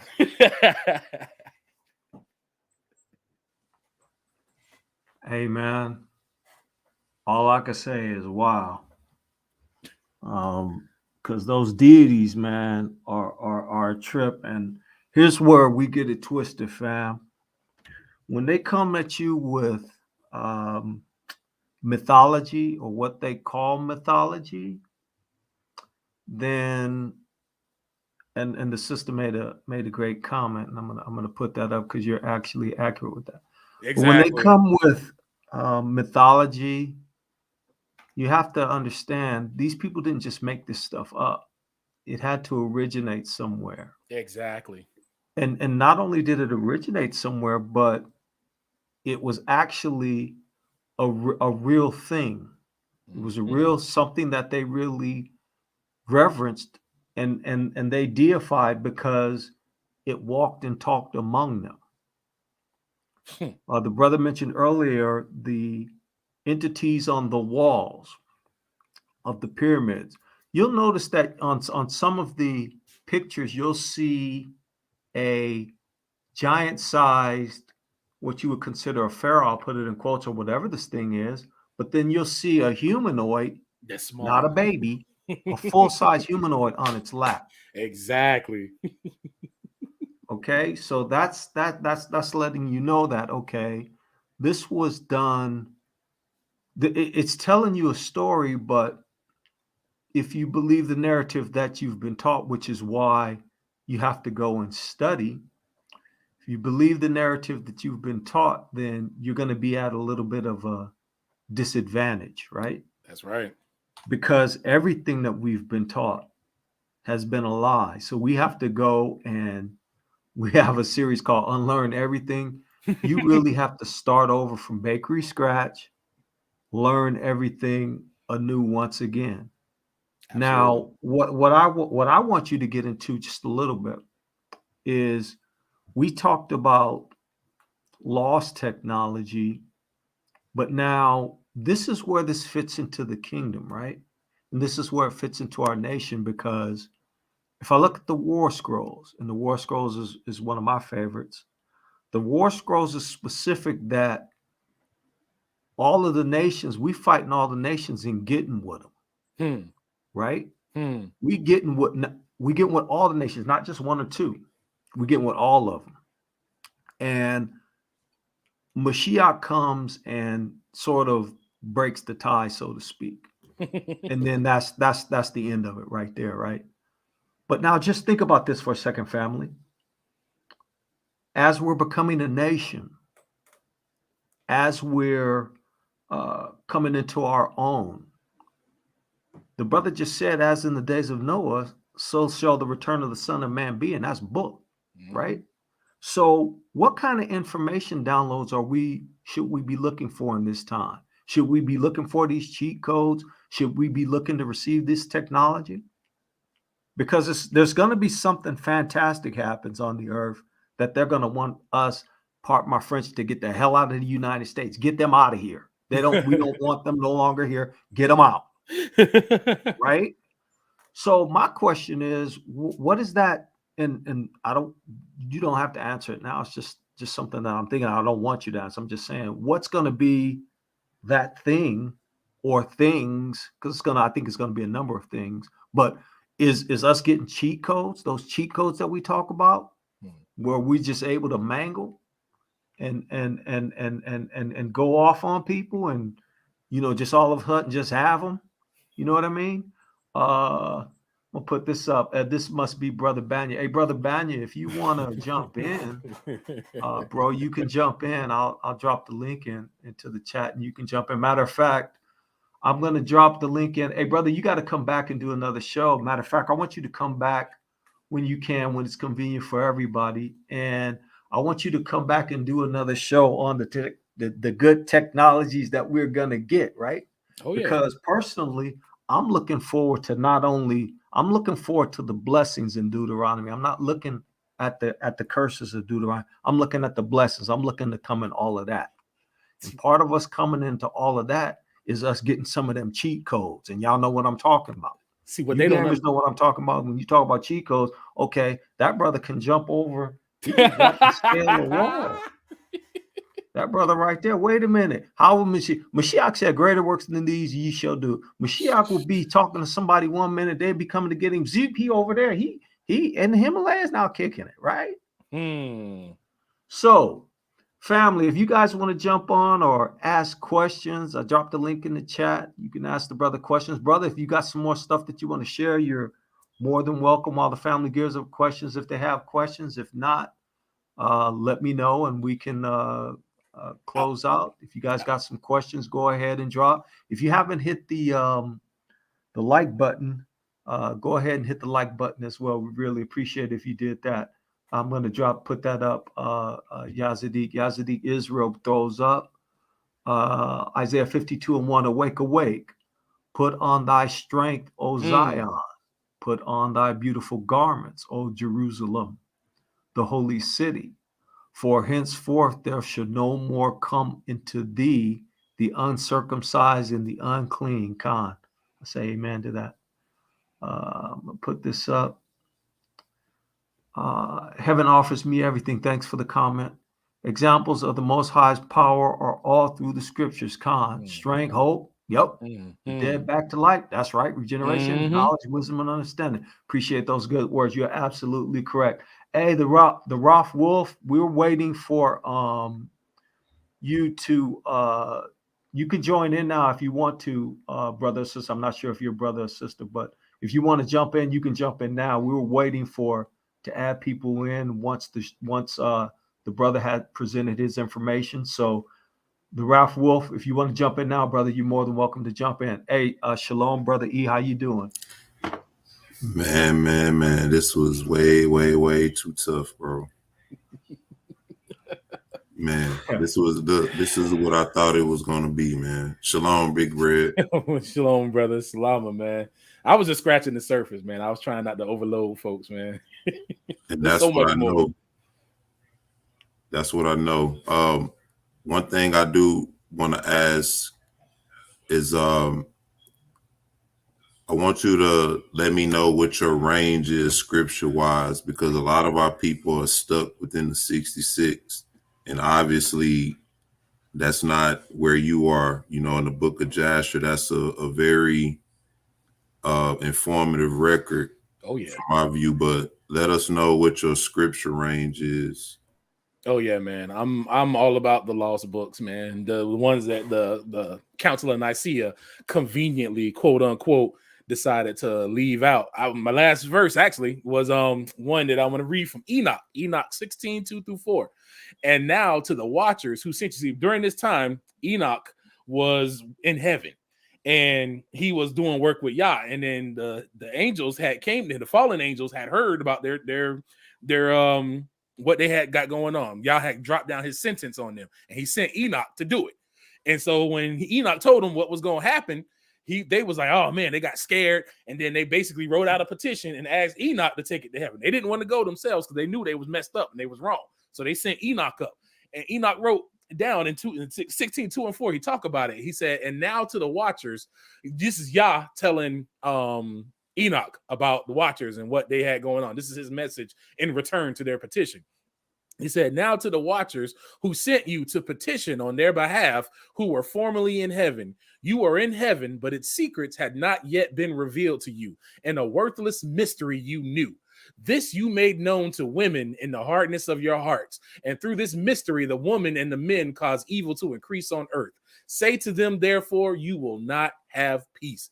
See, they had all this advanced knowledge, man. Some of that, like I said, I touched the surface. There's so much stuff that they got, man. This junk look like legit magic. And I understand the technology behind it. I understand the fundamental forces behind it. And it still is like magic. I'm talking about levitating stuff. I'm talking about moving things with sound, all kinds of stuff. And y'all said that's a worthless mystery. What more did he got to show us? So yeah, man, I'm all in Enoch. I'm all in Jasher because these are all the records that our ancestors read. And it's foolish to say that not to read them and not to go into them because a bunch of Europeans who had evil deeds in Nicaea said that they're not a part of it and wrote a whole doctrine around not reading these extra books that reveal our true enemy. This is why I'm bringing this out, because this is our true enemy. It's not them white folks and them Freemasons. It's not Esau, like everybody like to say. Our true enemy is the principalities and powers and rulers of darkness. And these things is about to come back. And even some Hebrews is going to look at this and fall for it because they around here thinking with the mindset that Babylon gave them instead of recognizing that these are fallen devils coming back as aliens. Man, so would you say that just based on what you just said, would you say that with the abilities and everything that we're supposed to have, that we're separated from our reality? Because a lot of people think that our reality is based on what we've been settled in. So what would you say about that? We in the Matrix, man. It's an open air prison. That's pretty much all that we've been living in all our life. An open air prison. It's been a veil that they've put around us, and we not walking in our true purpose. They even do stuff. They have stuff that can genetically target just Hebrews.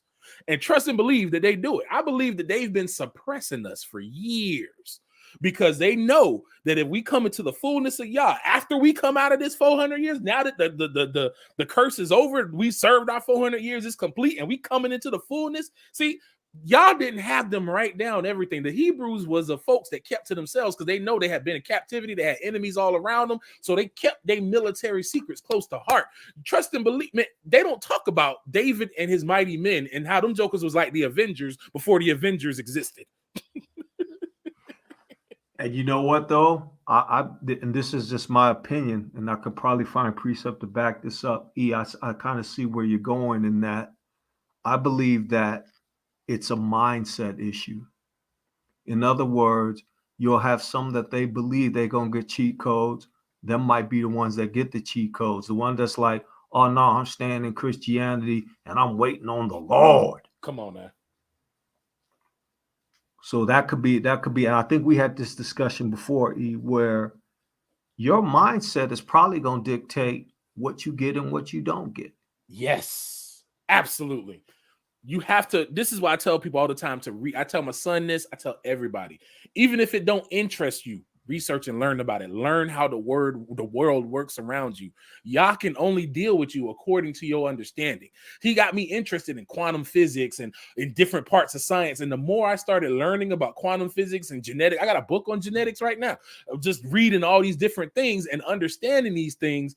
He was able to increase my understanding and show me these things even in the word, because my understanding of them was high enough. So now I can get it. So it's not just going to magically come to you. You have to do work. You have to put in the work of studying and researching.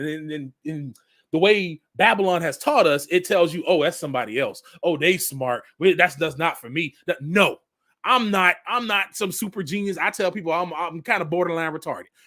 Without Yah, I make the stupidest choices. My wife is giving me wisdom. I've ignored her. I'm retarded without the word of Yah.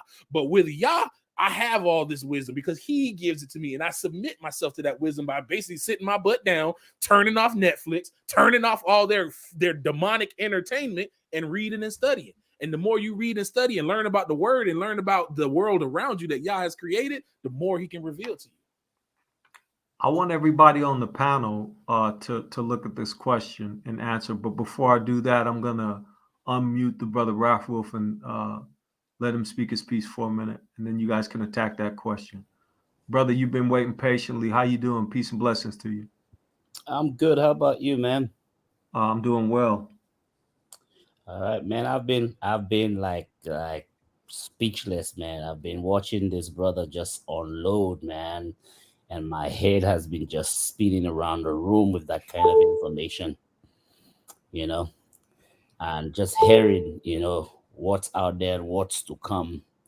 My mind goes back, to what I said to you guys the first time I met y'all. Our people really need to tap into the Most High. I think these are the days where we should, tackle mass, fasting and praying. You see, especially the brothers, man, because we know that the Most High has his hierarchy. And I'm not saying sisters, you shouldn't fast and pray. I'm just saying, especially the brothers, because the brothers lead the family. The brothers around the world, I wish one day we could start fasting and praying together. You see, because that connection with the Most High is needed yesterday. You know what I mean? And just hearing the brother, just unloading all that information, it just confirms there, yeah, we need it yesterday. Just want to give you all an update on what's happening down here, just to let the other brothers know that I am in Australia, and the last we heard was the supermarket chains, some supermarket chains are beginning to come on board. A lot of venues, entertainment venues, I've come on board with the whole, what they call it, the lollipop thing. Passports. Yeah, everybody's just, most companies are getting in line with it. And so I think, these are the days of sackcloth and ashes, because we know our Most High, He's faithful, and He don't mess around when His children call out for help.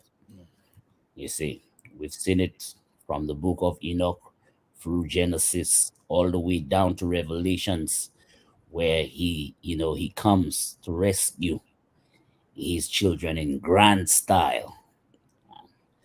And if these heathens out there think that, they can be more wicked than the Most High said He made the darkness and the light. So He made the wickedness. So when He comes and unleash it on you, I don't know, man. But anyway, that's just it. Time for sackcloth and ashes, people. Time to go into mass prayer and fasting. I hope that we can actually organize that. We're actually doing prayers on right before the Shabbat and during the Shabbat, and we're talking about potentially increasing that frequency and paradigming what we're actually crying out for. So we're going to table that part of it, and we probably should incorporate the fasting too. I want to switch gears, and thanks for that word, the Ralph Wolf. Really appreciate you coming in all the way from Australia. Now I want the panel to look at this question from Hal Goodwin, and if you would, brothers on the panel, can you guys answer that just based on how you interpret this question? And I'll read it. So what do you think about the Tower of Babel? That's all I'm going to read. You guys can attack that if you want. So I actually got a video on this very subject. The Tower of Babel was another piece of super advanced technology that they had going on. And personally, I think that CERN is our current version of what they were doing back then. But they were building it so high that they eventually got to the top where there was 3 sets of people that wanted to do different things. You'll find this account in the book of Jasher. And they said that some of them wanted to go up into heaven and kill everybody up there. Another group wanted to go up there and bring their gods and set them up there. And the other ones just wanted to just get up there to just be there. And when they were halfway up there, they started shooting arrows in the sky. And Yahuwah started to goad them on by letting the arrows come down with blood on it. So the arrows is dropping down from the sky with blood on it. So they getting all geeked up like, oh man, surely we have killed everybody in heaven. Oh, we did it. We got it going on. So they were goaded on by Yahuwah. Yahuwah will allow you to continue being stupid just so he can make a point.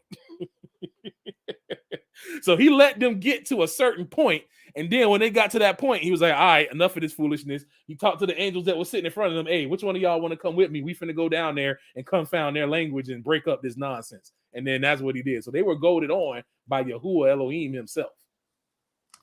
I liken, and I think you and I have the same mind. I liken it to, it was high, but the tower wasn't the thing that was going to get them there.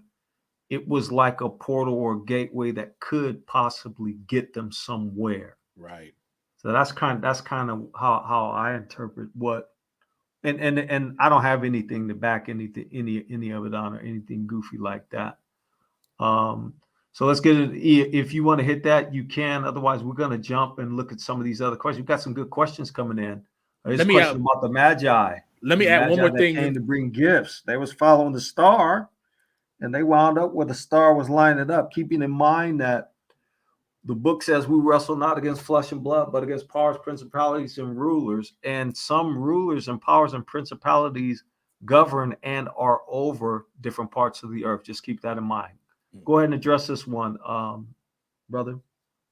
I was going to say, for that last one, when they built that, they actually have a mountain range now called Mount Kailash that matches the thing in Jasher. Because when you read the account in Jasher, after it actually was a tall structure that was super, super tall. And it tells you that after Yah had came down and dealt with all of them and got rid of them, he sent a flame from heaven to cut it down by half. Then he shook the earth and let it swallow up the other half. And then the rest of it that's left is sitting there. And there's one particular thing that they said that was very interesting in Jasher. They said to go around it, it's 3 days on travel. So when you research a central site that's sacred to multiple religions, which is Mount Kailash, the Jains, the Buddhists, the Hindus, all of them consider this a sacred site, and they make pilgrimages there because they believe if you walk around it, you'll get powers. And to walk around it, it takes 3 days. So that's one thing. I got the video about that on Mount Kailash. But for this one here, you switched it up on me. For the Magi. Now, that one I have to research and study on that one, because not everybody who observed the stars in the heavens you can't say that they were a worker of witchcraft, because even the Hebrews observed the stars in the heavens and they understood how things work. The heavens themselves were designed for the works of Yah. So they were able to see and know, and they had enough wisdom not to tell oh boy, what's his name? Herod, where they were going and what they had going on. They didn't even go back to him and tell him everything. They just left and went on about their way. So I wouldn't just assume that they were workers, that they were just evil workers, because they had to have some knowledge to know, and they had to have some understanding to know what was going on. Absolutely. Brother Cleo, can I address this question real quick? Oh yeah, I wanted you to. Shalom, brother Jason Phillip. I'm very fond of this brother, man, because he's a very faithful brother to our platform. He challenges us in ways that, keeps us, on our toes. But to address this question, if you read other accounts, the 3 wise men were men who understood the prophecy of the coming of Mashiach. Like if you read throughout the Gospels, it was certain people who recognized Mashiach for who he was. Not all people did, but like Brother Big Red said, you can't attribute the understanding of the stars and everything to witchcraft, because these people didn't worship the stars and the constellations as gods, or as Elohims or Elohims, or whatever people call God.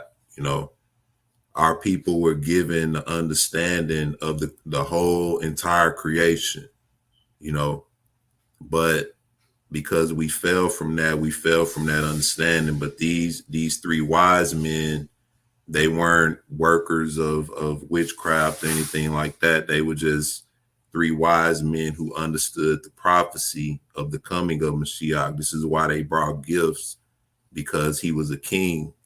They recognized him for who he was. But that's just briefly touching it, and I hope that helps.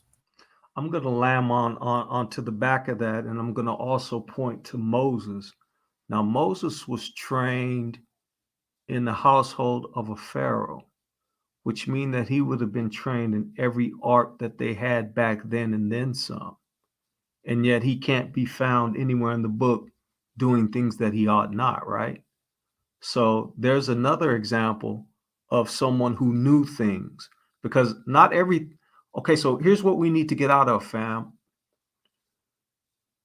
We need to get out of the thought that if you've been given gifts and talents, that automatically you appropriate them or misappropriate them for left-handed things, right? Because let's say that the Most High does give you a cheat code, whatever that is, right? You can't just automatically assume that, okay, well, I have this ability to do things now. I'm an evil devil. No, we need to change our mindset in that our ancestors, it's documented how Judah had hands, how you could take 10 Judites and go get busy. Who was that? Was that Judah and one of his other brothers that went and slayed the whole city because of their sister being raped? Yep. Yep. Now He was in that. okay, so Judah boy, you something else.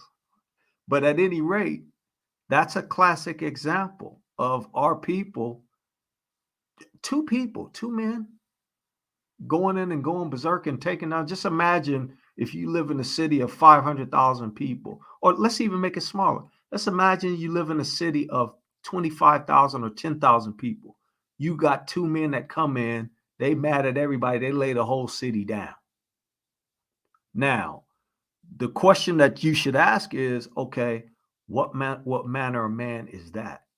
Same question that they was asking, what manner of man is Mashiach? So we need to keep an open mind that, yes, because we are in these times and where we're at on the prophetic calendar, that a lot of this stuff, this generation is going to get to see. Now, if someone were to ask you, Mashiach said it himself, and I say this all the time, he said, greater works than these ye shall do. Now, we know the account that they wrote.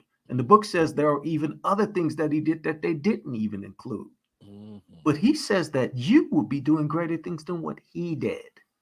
Now, he brought people back from the dead. He made a blind man see. He fed how many thousands of people with a few loaves of bread and a couple of fishes. One of his homies chopped a dude's ear off, and he said, man, no, what are you doing? Picked the dude's ear up and put it back on his head.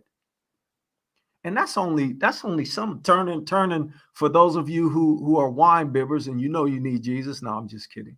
But he took the water and was talking crazy, what we would say talking crazy to his mom, and then when he got done, they was like, oh man, you done made say the good stuff. Typically, you bring the good stuff out first. You bring the good stuff, right? So all the things that he was doing, he said you were going to be doing greater things. So what we have to do is we have to take him up on his word and believe that, hey, he said that, I'm looking for it. When am I going to get it? All right. So I'm going to get back into the chat and start dropping these comments in there. Heavens offered me everything. Ibri got it. Yep. That's right.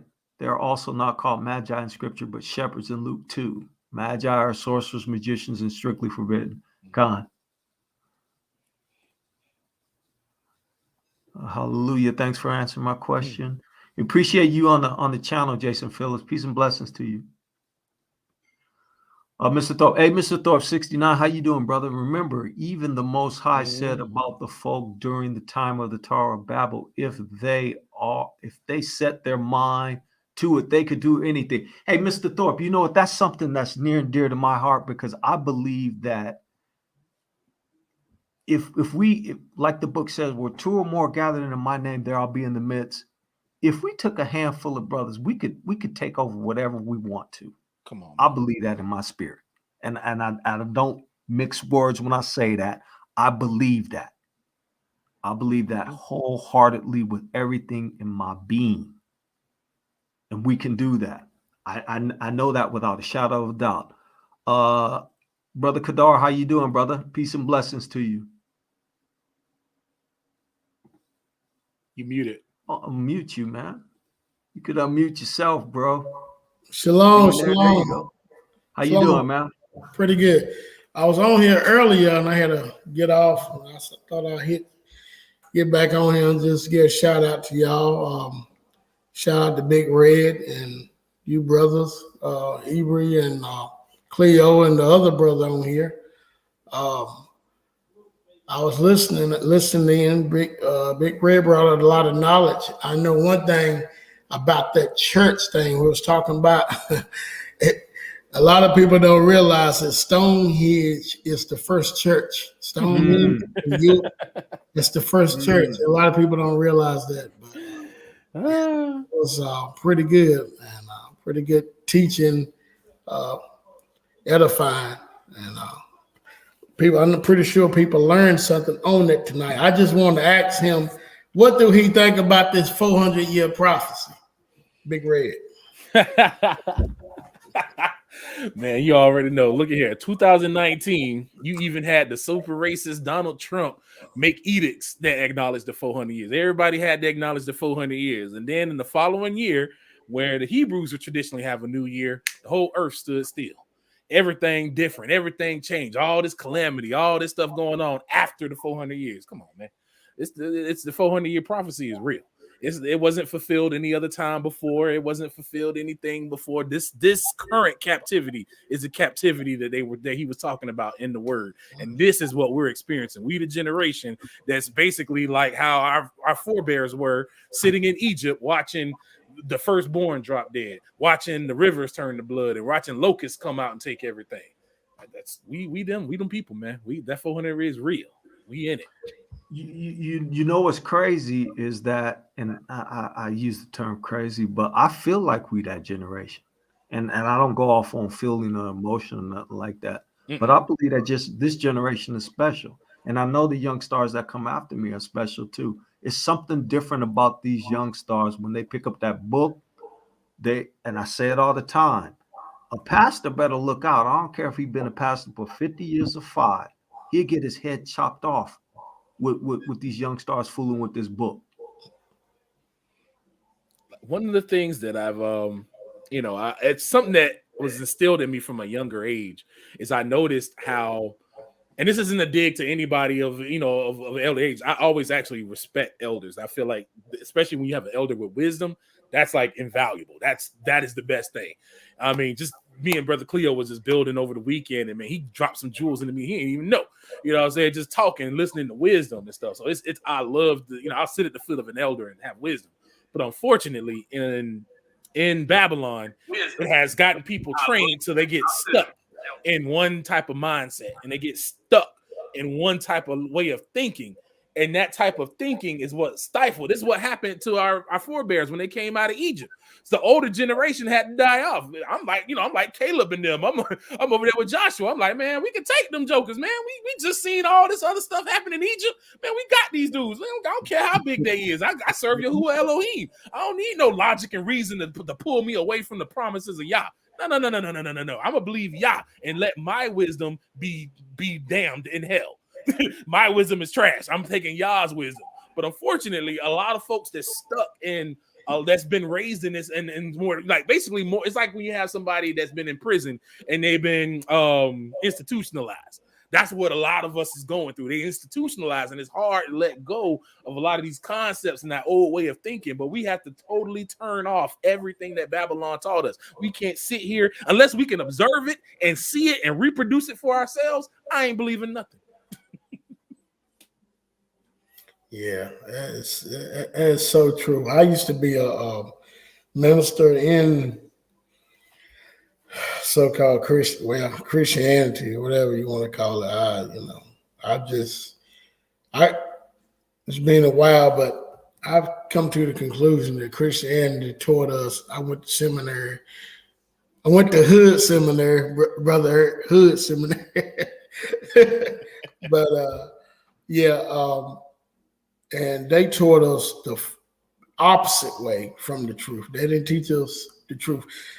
And basically they taught us how to basically run a church, as in basically like the Catholic Church. Everything is based upon the Catholic Church and not upon what Yah is saying. So I mean, in the word, when we look at the word and we look at the church today, we'll see a completely different. I mean, when you see basically the church is talking about basically getting rich, that's one thing. I mean, they'll try to say, well, this is blessings from God. Or, you got the pastor, they want to buy a $65 million jet. Why? Because he said he got to fly around the world, preaching a religion that didn't come from Yah. So when it comes to the church or Christianity, I am what you call how would you say that I'm a non-Christianity, but yes, I used to preach in a Christian church, but I'm totally the opposite when it comes to that, because The word that we read has nothing to do with the Messiah coming back to save Christianity or save Christians. And I know a lot of our people are caught up in Christianity, but whenever I talk to pastors, I say, can you show me a scripture where the Messiah is coming back to save Christians? And they get upset, they get mad because it's not in the word. Man, you sound like a devil saying that. That's why. They gonna say, this man hath a devil in him. Casteth thee out of thee. Get the oil. Get the oil. Toyota Honda Shonda. Toyota Honda Shonda. Man, I'm not gonna do that with you, Big Red. I'm not gonna do that with you tonight. We could do that some other night. I'm not gonna do that tonight. I don't want to make nobody mad. And they're gonna say, oh, we knew Brother Cleo needed Jesus, but not Big Red. Oh no, we're not going there tonight, brother. We gonna hit that though. We gonna get to that. Because that's a thorn in somebody's side. But I will say this, fam. The brother brought some, and these are the types of conversations that you could have with certain brothers, but the brother brought some very hold on a second. Okay, Basora Messenger, you almost worse than I am. You need Jesus too. I'm gonna pray for you. Yes, sir. the brother brought some really good information, and more than likely, we'd like to make you a regular guest. And when we get other opportunities to drop you in and have you bring some of that good knowledge, we'll definitely do that. Does anybody in the chat want to jump on and say anything, or any of the brothers that's on the panel? You guys got anything that you want to add to the channel out of your great wisdom that you bring?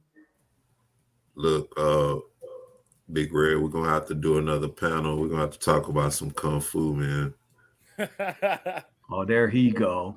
He talking about getting even more cheat codes. Hey, There you go. You want to get them cheat? I'm an old head, and I want to get cheat codes too. I mean, they shouldn't be just reserved to the young stars. I want to get some cheat codes. Let me get some. Let me get the cheat code that'll let me walk in the bank invisible, walk through the walls of their vault, and take all their money out and walk out of there. No, I'm just kidding. I don't want that one, but I'm just being silly. Nah, you at the spiritual level now. You at the level where now you know what I'm gonna say to you, right? You know you need Jesus. You need to stop. You need to stop. What you gotta do is you gotta name it and claim it. That's what you gotta do. You gotta name the superpower and claim it. Oh, well, that might not be too far from the truth. Now, I wanted to go back to the comment that Kadar made, because he mentioned the fact that you get these prosperity doctrine. And the question I would have to anybody that used to follow that mess is, okay, the pastor got his because of the Ponzi scheme of the church. Did you ever get yours yet? Did any of y'all ever prosper to where it was like you were as rich as the pastor was? Because it's a pyramid scheme, right? It's a straight up racket. You giving 10% of your hard-earned winnings and earnings to some man that don't give a hot bleep about you. Huh? I mean, book says, bring all my tithes into the storehouse so that there might be meat. What pastors should have been doing is they've taken all that money. They should have been putting that money back into the community, into the people who had ideas, fostering those ideas and building those ideas up so that they could flip that and turn that into tangible goods and services. That's where the tithe should have been going. Instead of you going and buying no ridiculous jet. Come on. You crazy as hell. You're right. Me and Brother Eric did a teaching on that. It might have been 2 months ago. I think it was pretty good. And breaking down tithes and offerings, how the tithes and offerings was talking about Israel bringing, I think it was on every third year when you do your research. And when you read Malachi 3, you say, when a man, how do you know would a man rob God? It tithes and offering, make people feel guilty. But if you go back to Malachi 1, you'll understand what it's talking about, because they was bringing in these tore up animals and stuff. That's how they was robbing God. They wasn't giving God their best. Has nothing to do with money. The only time money came into play is when, say, like if you lived in, so to speak, I don't know, Egypt, right? And you had to come to the temple that was in Jerusalem, but you had made so much, herbs, and you had so much cattle and so many lambs, and you couldn't bring all that at once. So you would sell it, get the money. Once you get to Jerusalem, then you would rebuy it and then distribute it out. So that's the way they did it. It was pretty good teaching on that tithes and offering thing. But y'all, we need to bring that back out. We need to bring that back out and rebroadcast that one for sure. Hey, listen, fam. So ready to go to bed. So peace, y'all. I gotta get up early. So. Okay, hey brother, you take care. Peace and blessings to you. All right. Okay. You take care. We're about to sign off too. So family, listen. Don't forget to hit the like, subscribe, and share button. And also, I think I'm gonna put the links to the brother channel. If I can find them, y'all bear with me. Y'all know what y'all know about me. I keep telling y'all.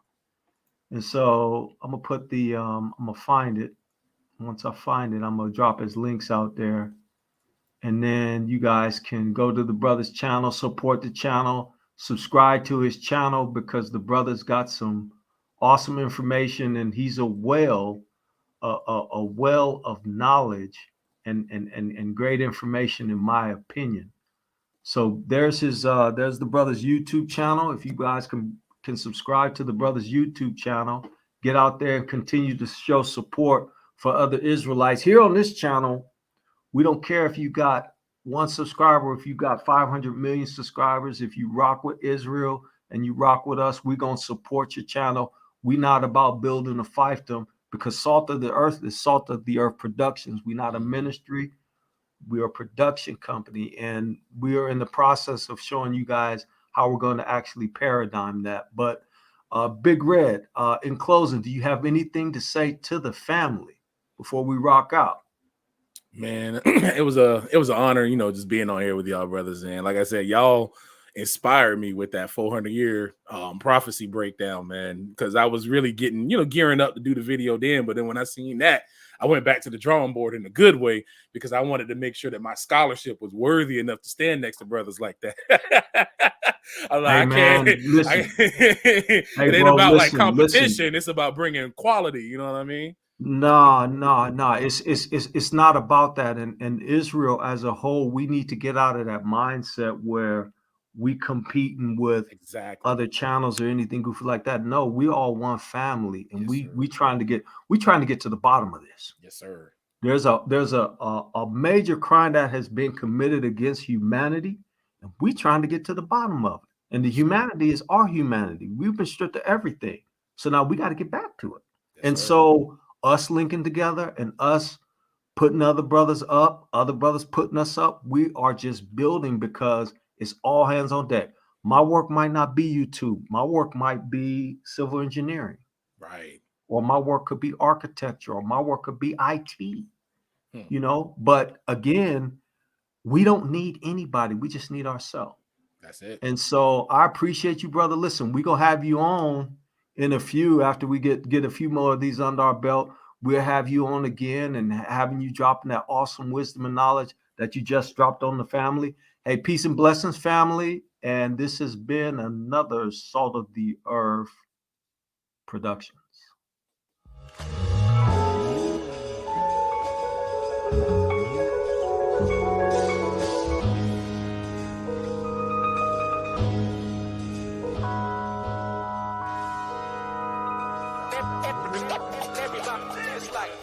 It's like